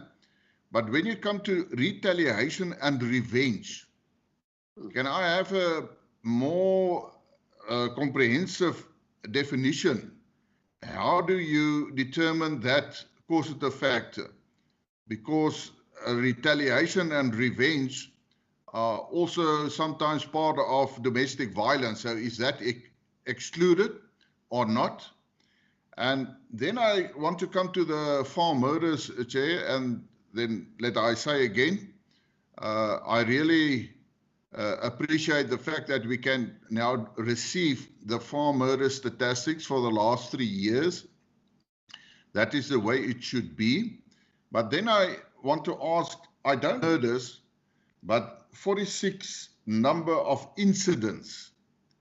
Now, I want to know, what do we see as an incident? Can I have a proper, because I mean a farm attack is also an incident, but this cannot be farm attacks because we have more than 400 farm attacks in that financial year. So if I can have clarity on the 46 number of incidents, and can I ask, Chairperson, that for in the future, if it is possible, that we can also get the statistics on the number of farm attacks. Lastly, I want to say on the farm attacks, I appreciate the approach from the Commissioner, what he has just said, and I know they're in the process with agricultural unions, neighborhood watches, and I do think that if that is the approach and we all come together and say that we see how we can fight this crime, we will succeed. Thank you. Thank you, Honorable Clervald. Honorable Fato. Thank you, Chairperson. Chairperson, let us welcome the stats from SAPS. I think one of the things that we need to appreciate is the decrease. We understand that crime is very high in our country, but let us appreciate the little that has been done. Let us welcome the stats that we've been given. But also, Chairperson, I see that this issue of gender-based violence, we might raise it numerous times, but it is important that we raise and emphasize on the importance of gender-based violence. But when Minister was making a media briefing, he emphasized to the police that no women or children must be turned away from police station. We appreciate that commitment from the ministry, but also let us appreciate the decrease on contact crime when it comes to children. I think it's -6%. Let us appreciate that. And I think that the general has explained the issue of preliminary verifications due to COVID-19. I think as a committee, we've even said that after COVID-19, all the stats that are outstanding must come back. So let us welcome the stats that have been brought forward. But I'm just a little bit worried of the bullying in schools, Chair. I think maybe SAPS must give us a detailed report on how this matter will be resolved in school. I think as a committee, we did have a proposal when it comes to bullying of school, because if you can see the numbers are high, maybe there must be an emphasis on that as well. Also on farm murders, we appreciate the report that we've received. Chairperson, the other issue that I've noticed in the presentation is the issue of racism. As we know that we're a non-racial society, I think also the stats are not that bad, but they are not above 100. I think it's 80 something, but it's a matter that we need to look into. Although the time is not enough, I wanted to plead with the members that let us accept the stats that we've been given and appreciate the effort that has been made by SAPS. But of course, on the issue of gender-based violence, on the issue of farm matters, on the issue of bullying in school, I think that must be corrected. But also, Chair, if you look at the crime stats currently, when you see where these crimes are happening, they are happening most of the time in our homes. These crimes are done by people whom we trust, which are our family members, which are our neighbors. So on that day that I was giving my speech, I wanted to say to Honorable Mushwe that it is important as churches that we don't blame the police. It is important that as the religious leaders, they must make sure that they speak about these crimes that are happening, because these things are happening in our homes, in our churches, in places that we trust, especially when it comes to gender-based violence, Chair. But let us appreciate for the report. I think we are going into a right direction as long as the committee is playing its role of oversight. I think we're moving into a right direction. Thanks, Chair. Thank you, Honorable Shembeni, and welcome back, Honorable Shembeni. Thank you, Honorable Chair,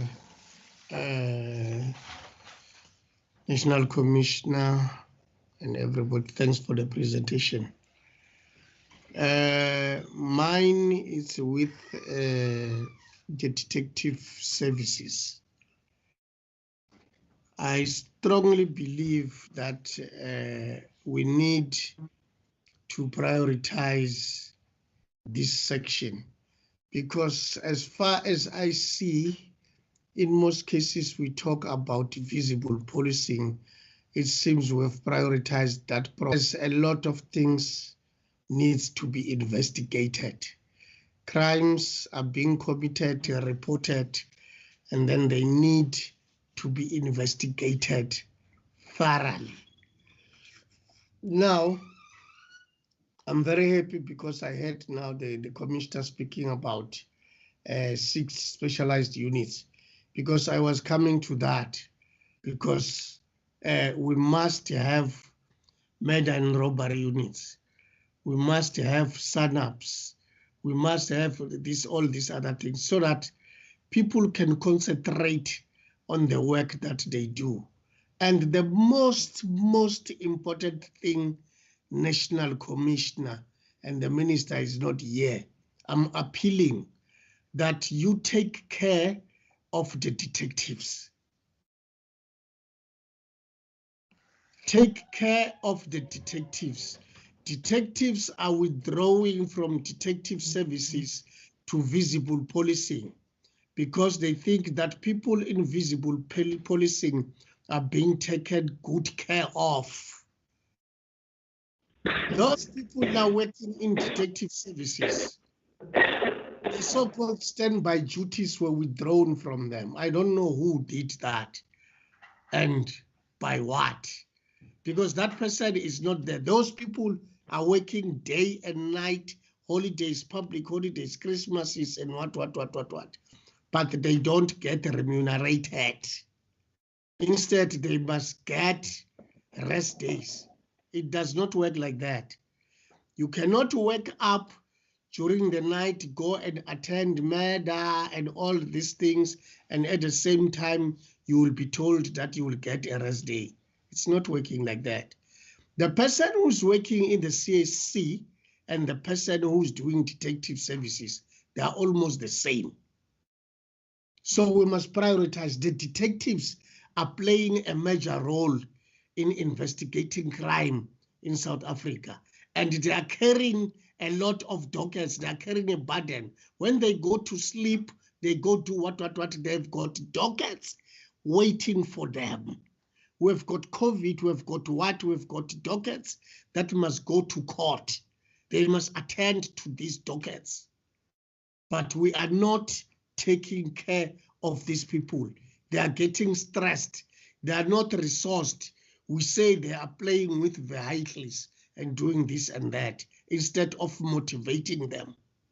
These people need to be motivated in this sphere of detectives, the investigations. This section needs to be prioritized. This section needs to get a budget that it's better than other budgets, because these people, they don't sleep. They must go around day and night investigating crime. But we are not taking care of that. Now, when it comes to visible policing, I sometimes find it very strange to drive on the N4 road for more than 300 kilometers, not finding a buggy or anything visible, police on the way. That road is very busy. Criminals, nobody's business. But there are no police officers. And even if there are there police officers, these 2 police officers that you find there in a certain spot, you will find these 2 police officers for the rest of the year. What difference does they make? Because if you leave that person there, you don't have successes. It means he is doing nothing. You must change that person, get somebody else. But seemingly the management is not doing its job because people are not rotating. People now are owning posts. When you report, you know that you are going to work there. That's why you contact your contacts that I'll be reporting at 3. Now you can come and cross. Because you know that you will be reporting in this place every day. There are no changes. What management is that? Because people must be chopped and changed. There is nobody who must be comfortable in a position here. Nobody owns a position. We have got people who are owning positions. That's why they tell people that this is my station, this is count, where they will bring their teams. When we ask detectives about their places of environment, where crime is being committed, where they cannot afford to stabilize the crime, they must tell us what is the problem. Is it about resources? Is it about what? I last asked about the capacity of the stations and the units. You find that there is a station or a unit that is a detective unit that is headed by a warrant officer who is more than 20 years in the rank of a warrant officer. People are being promoted left and right from him, but he is the detective commander. He's not being promoted, but his friends are being promoted from left and right. But he is there to manage that section. For how long? What is he going to do? Can you tell me, National Commissioner? Are you expecting anything there? Nothing. There is nothing. These people need to be motivated. We need to change the strategy in the SAPS of how to motivate our members. Let us forget about this thing of promoting our friends to comfortable zones, because there are people now that you cannot tell them what to do because they've got something against you. So that position where that person has been appointed, it's not because that is capable of being there. It's because he has got something against the minister or the commissioner or whatsoever. That's not going to help South Africa. And let us not politicize the SAPS. Let us have a different approach in the SAPS, chop and change. Let people not be comfortable in positions. I think the issue of the gender-based violence, as we have said, if we do the so-called, as I'm saying, the proper investigations, whereby we've got the conviction rates, detection rates, and all these things. I know that you have got accounting sessions, provincial and everywhere. These people are the ones that they must come here and sit in front of us and tell us what is their problem in their stations. Because now when we generalize that the National Commissioner will say, general, the crime is this and that, it's not going to help us. Because if we are having a problem with a station commissioner at Nyanga, who is a lieutenant colonel or a colonel, or else is supposed to be a brigadier there, we must deploy a brigadier with 4 full colonels and other lieutenant colonels and the like, so that these people can help the brigadier to do his or her job in the right place. Not that people must have comfortable zones. No, it's not going to work. And if you don't perform, you must be removed. Somebody must get to that place. They are specialized units like the special task force. Something wrong is happening there. Something wrong is happening there. Somebody was removed there, a white guy, with the purpose of transforming that unit. But that unit is getting from better to worse. People are owning that unit. ORS is out of order, it's out of control. Something must be done. I think the management of the SAPS must change its approach in all these things, especially the top management. National Commissioner, we need your help, we need your assistance, that you bring on board people that are going to help you solve the problem, solve the crime in South Africa. Let's forget about positions. Let's forget about everything. I remember last time you talked about that there were people that were resigning as generals and you were not willing to replace them and the like. I was very happy. But now I can see people are getting promoted every day. Right, it's fine. But you must be promoted for a reason. Not that you must be promoted, that you are being paid for something. It's not going to help us. I thank you. Thank you, Honorable Shebeni. I can see that at least you are healthy now from hospital, and we have been wishing you the speedy recovery. And it showed that you have recovered. You had a little bit of gaining strength. So, honorable members, I think also before we allow the team to respond also, because 11 o'clock they must, we have to close the meeting, is that I appreciate the multidisciplinary. It will assist. And also that you have now brought together the organized crime, the detectives and the intelligence and the investigations together. That will assist a lot, because if you look at the gender-based violence, which the president has declared a pandemic, that gives an instruction to the police that this is a priority of our government under the commander-in-chief, which is the president, that this must be treated seriously, like this serious crimes. So I think it will assist, because most of the time we lose the cases because of investigations that were very weak, and the prosecutors and the judge, sometimes we blame them that, you know, we have presented a case, only to find that indeed our case was very weak because we did not tighten it.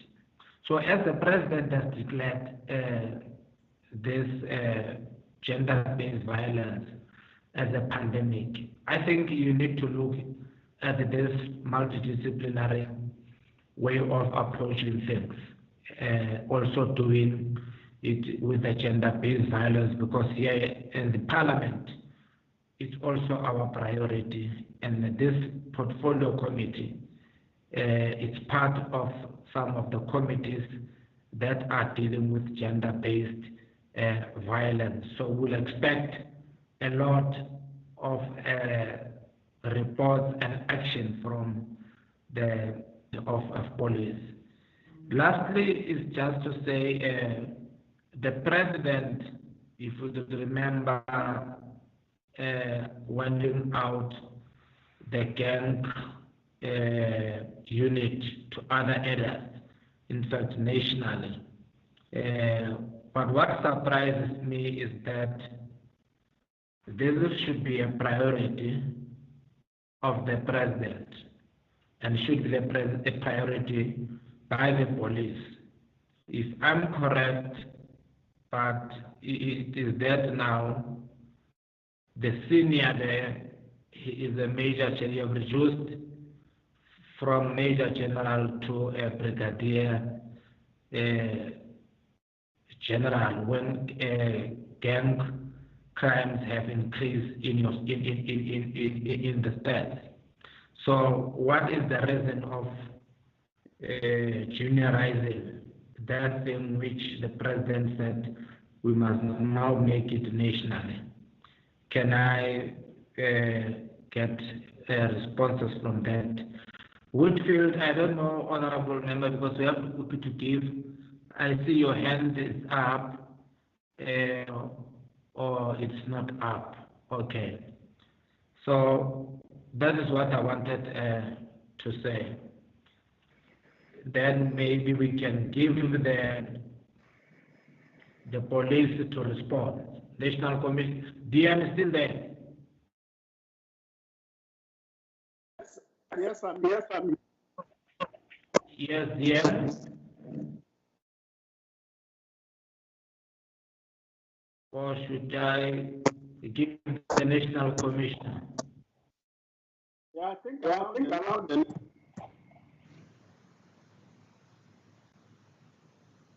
You are not audible, DM. I was saying. Okay. National Commissioner.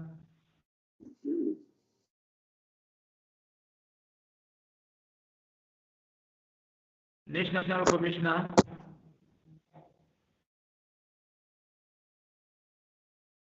Can you hear me, Chair? Yes. Thank you very much, Chair. Chair, let me start with the first question, and I would also just like to put on a request there.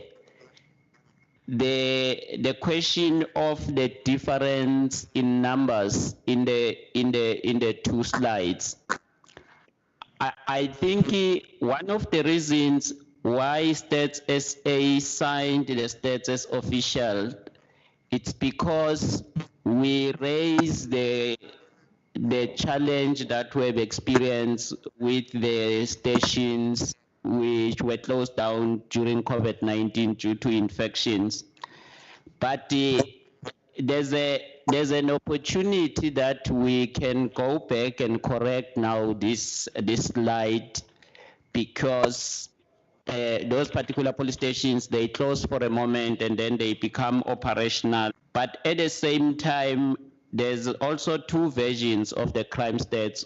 What we're presenting today is a short version. There's a longer version, which is far more detailed.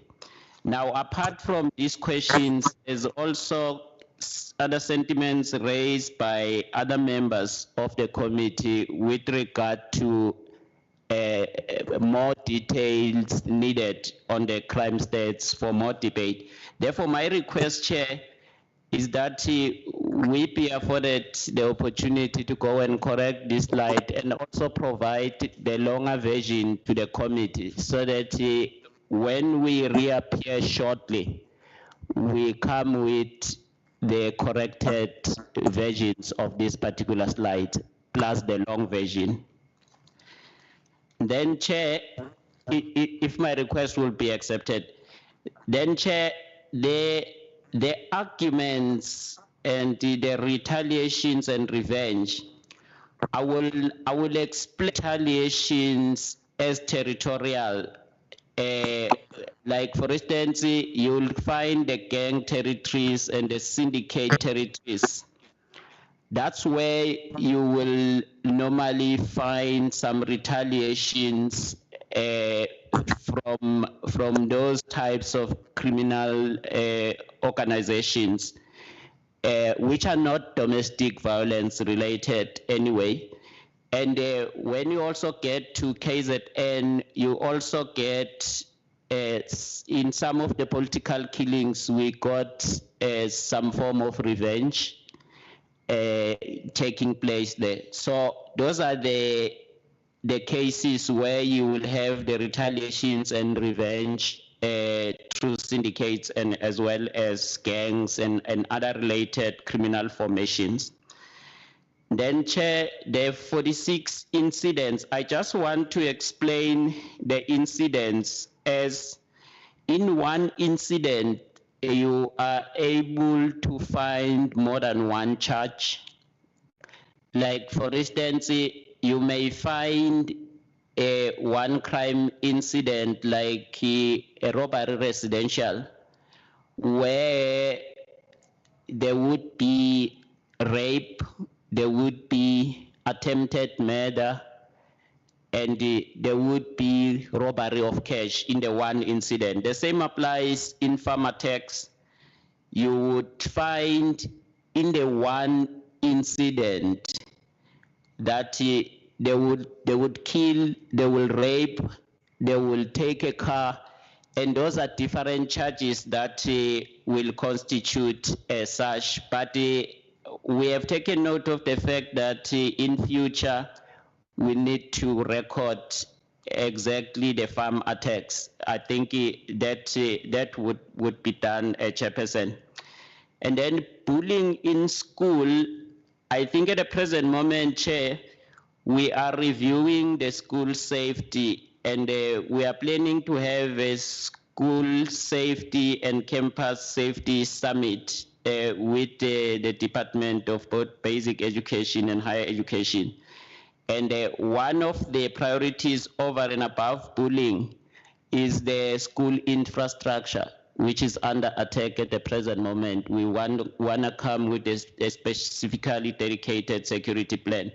But then bullying is going to be a priority in that particular plan to provide a response. Then, Chair, the prioritization of crime detection, we actually want to appreciate the inputs and the direction from the committee.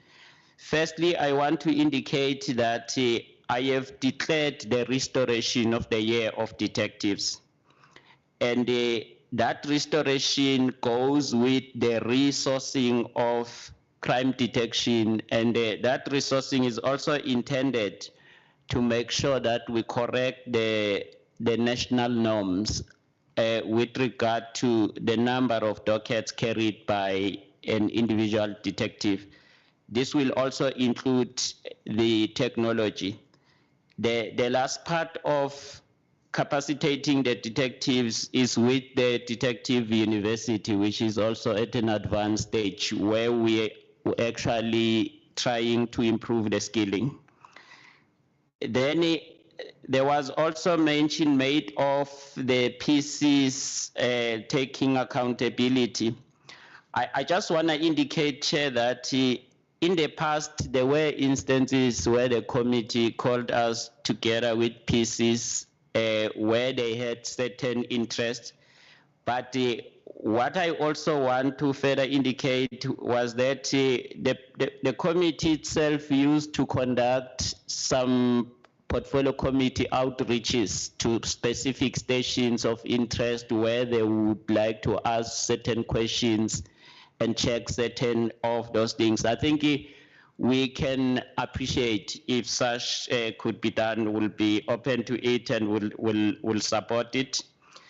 And then with regard to the investigations, Chair, which become weak, I think we both noted this with prosecution, and we embark on an integrated plan which also involves justice. I think in all our investigations at the present moment, we have an integrated approach between ourselves and the prosecution. I am not sure, Chair, about Delft police station, whether was it referred to the reduction in rank at Delft. But what I want to indicate, Chair, is that Delft is one of the top 30 police stations, and those particular top 30 stations, they were all pronounced for upgrading to the rank of Major General. So there's no intention to downgrade Delft anyway, Delft is one of the notorious hotspots in the country. So I think if for any reason it might have been seen in that manner, it will be corrected. Thank you very much, Chair.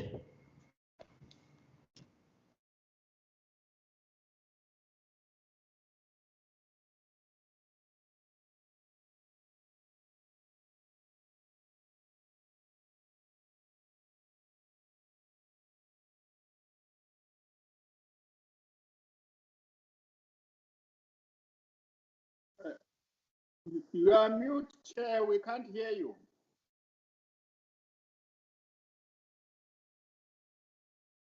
Chair. I don't know who muted me. So. I can hear you now. Oh, okay. I've been speaking to myself. So did you hear when I said we welcome the presence of the chief whip of the majority party in the committee, in the meeting? Yes, we did hear that. Thank you, Chair. Hear that. Okay, thank you.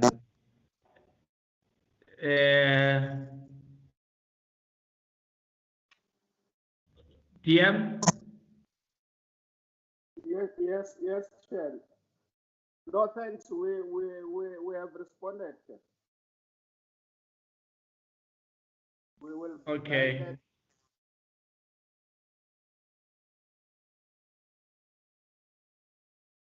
Okay, because I think your network is not good there, DM, today. It's fine. Thanks for the presentation.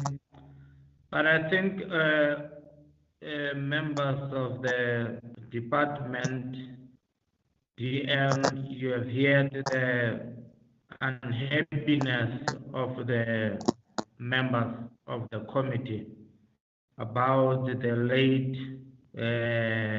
receiving of the report and the time given to scrutinize. Our role is to play an oversight. It's not just to repeat, to just to receive the report and say go and present them to the public when we are not happy as the committee. The reason we are raising this is that we need time.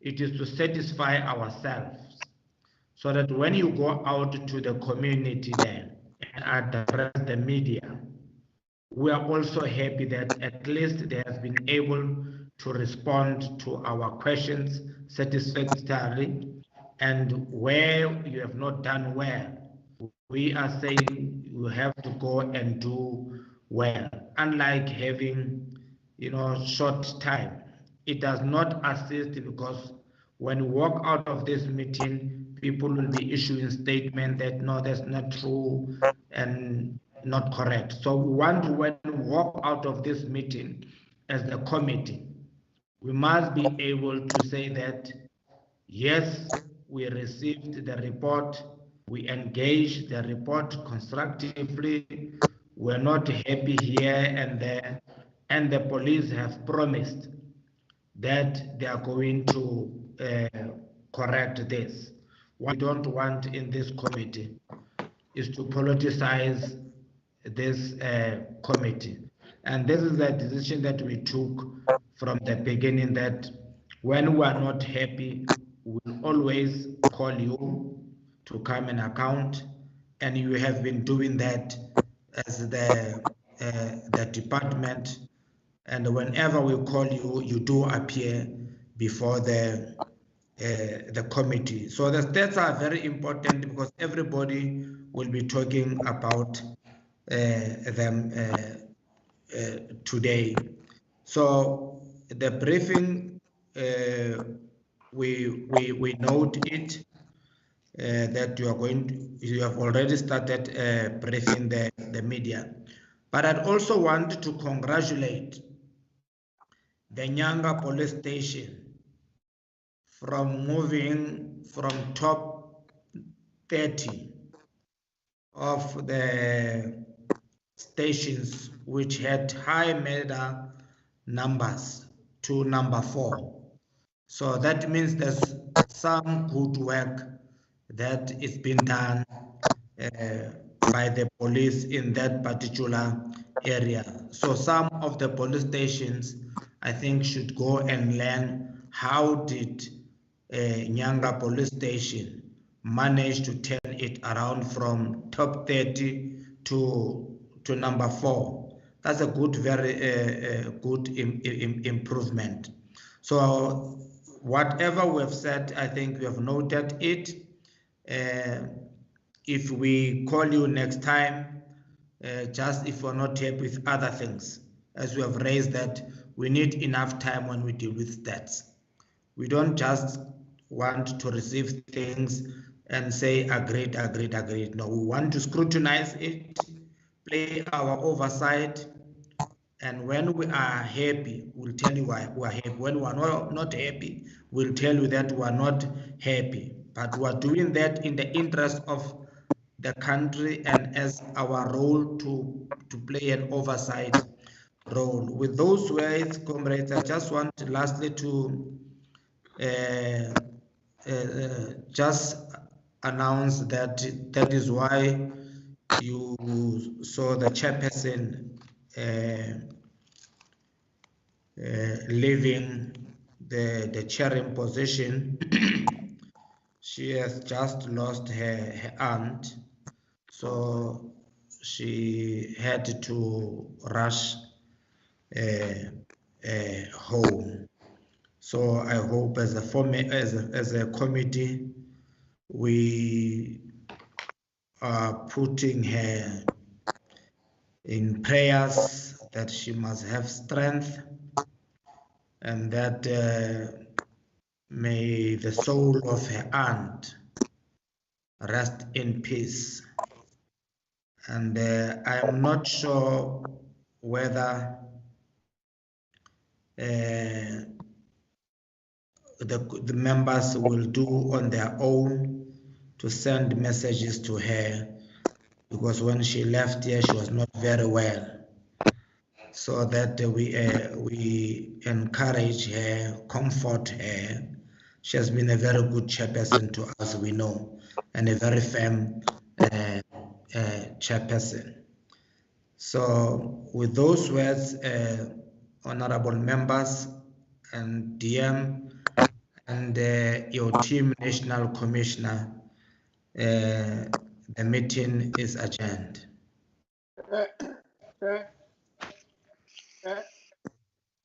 DM wanted to say something.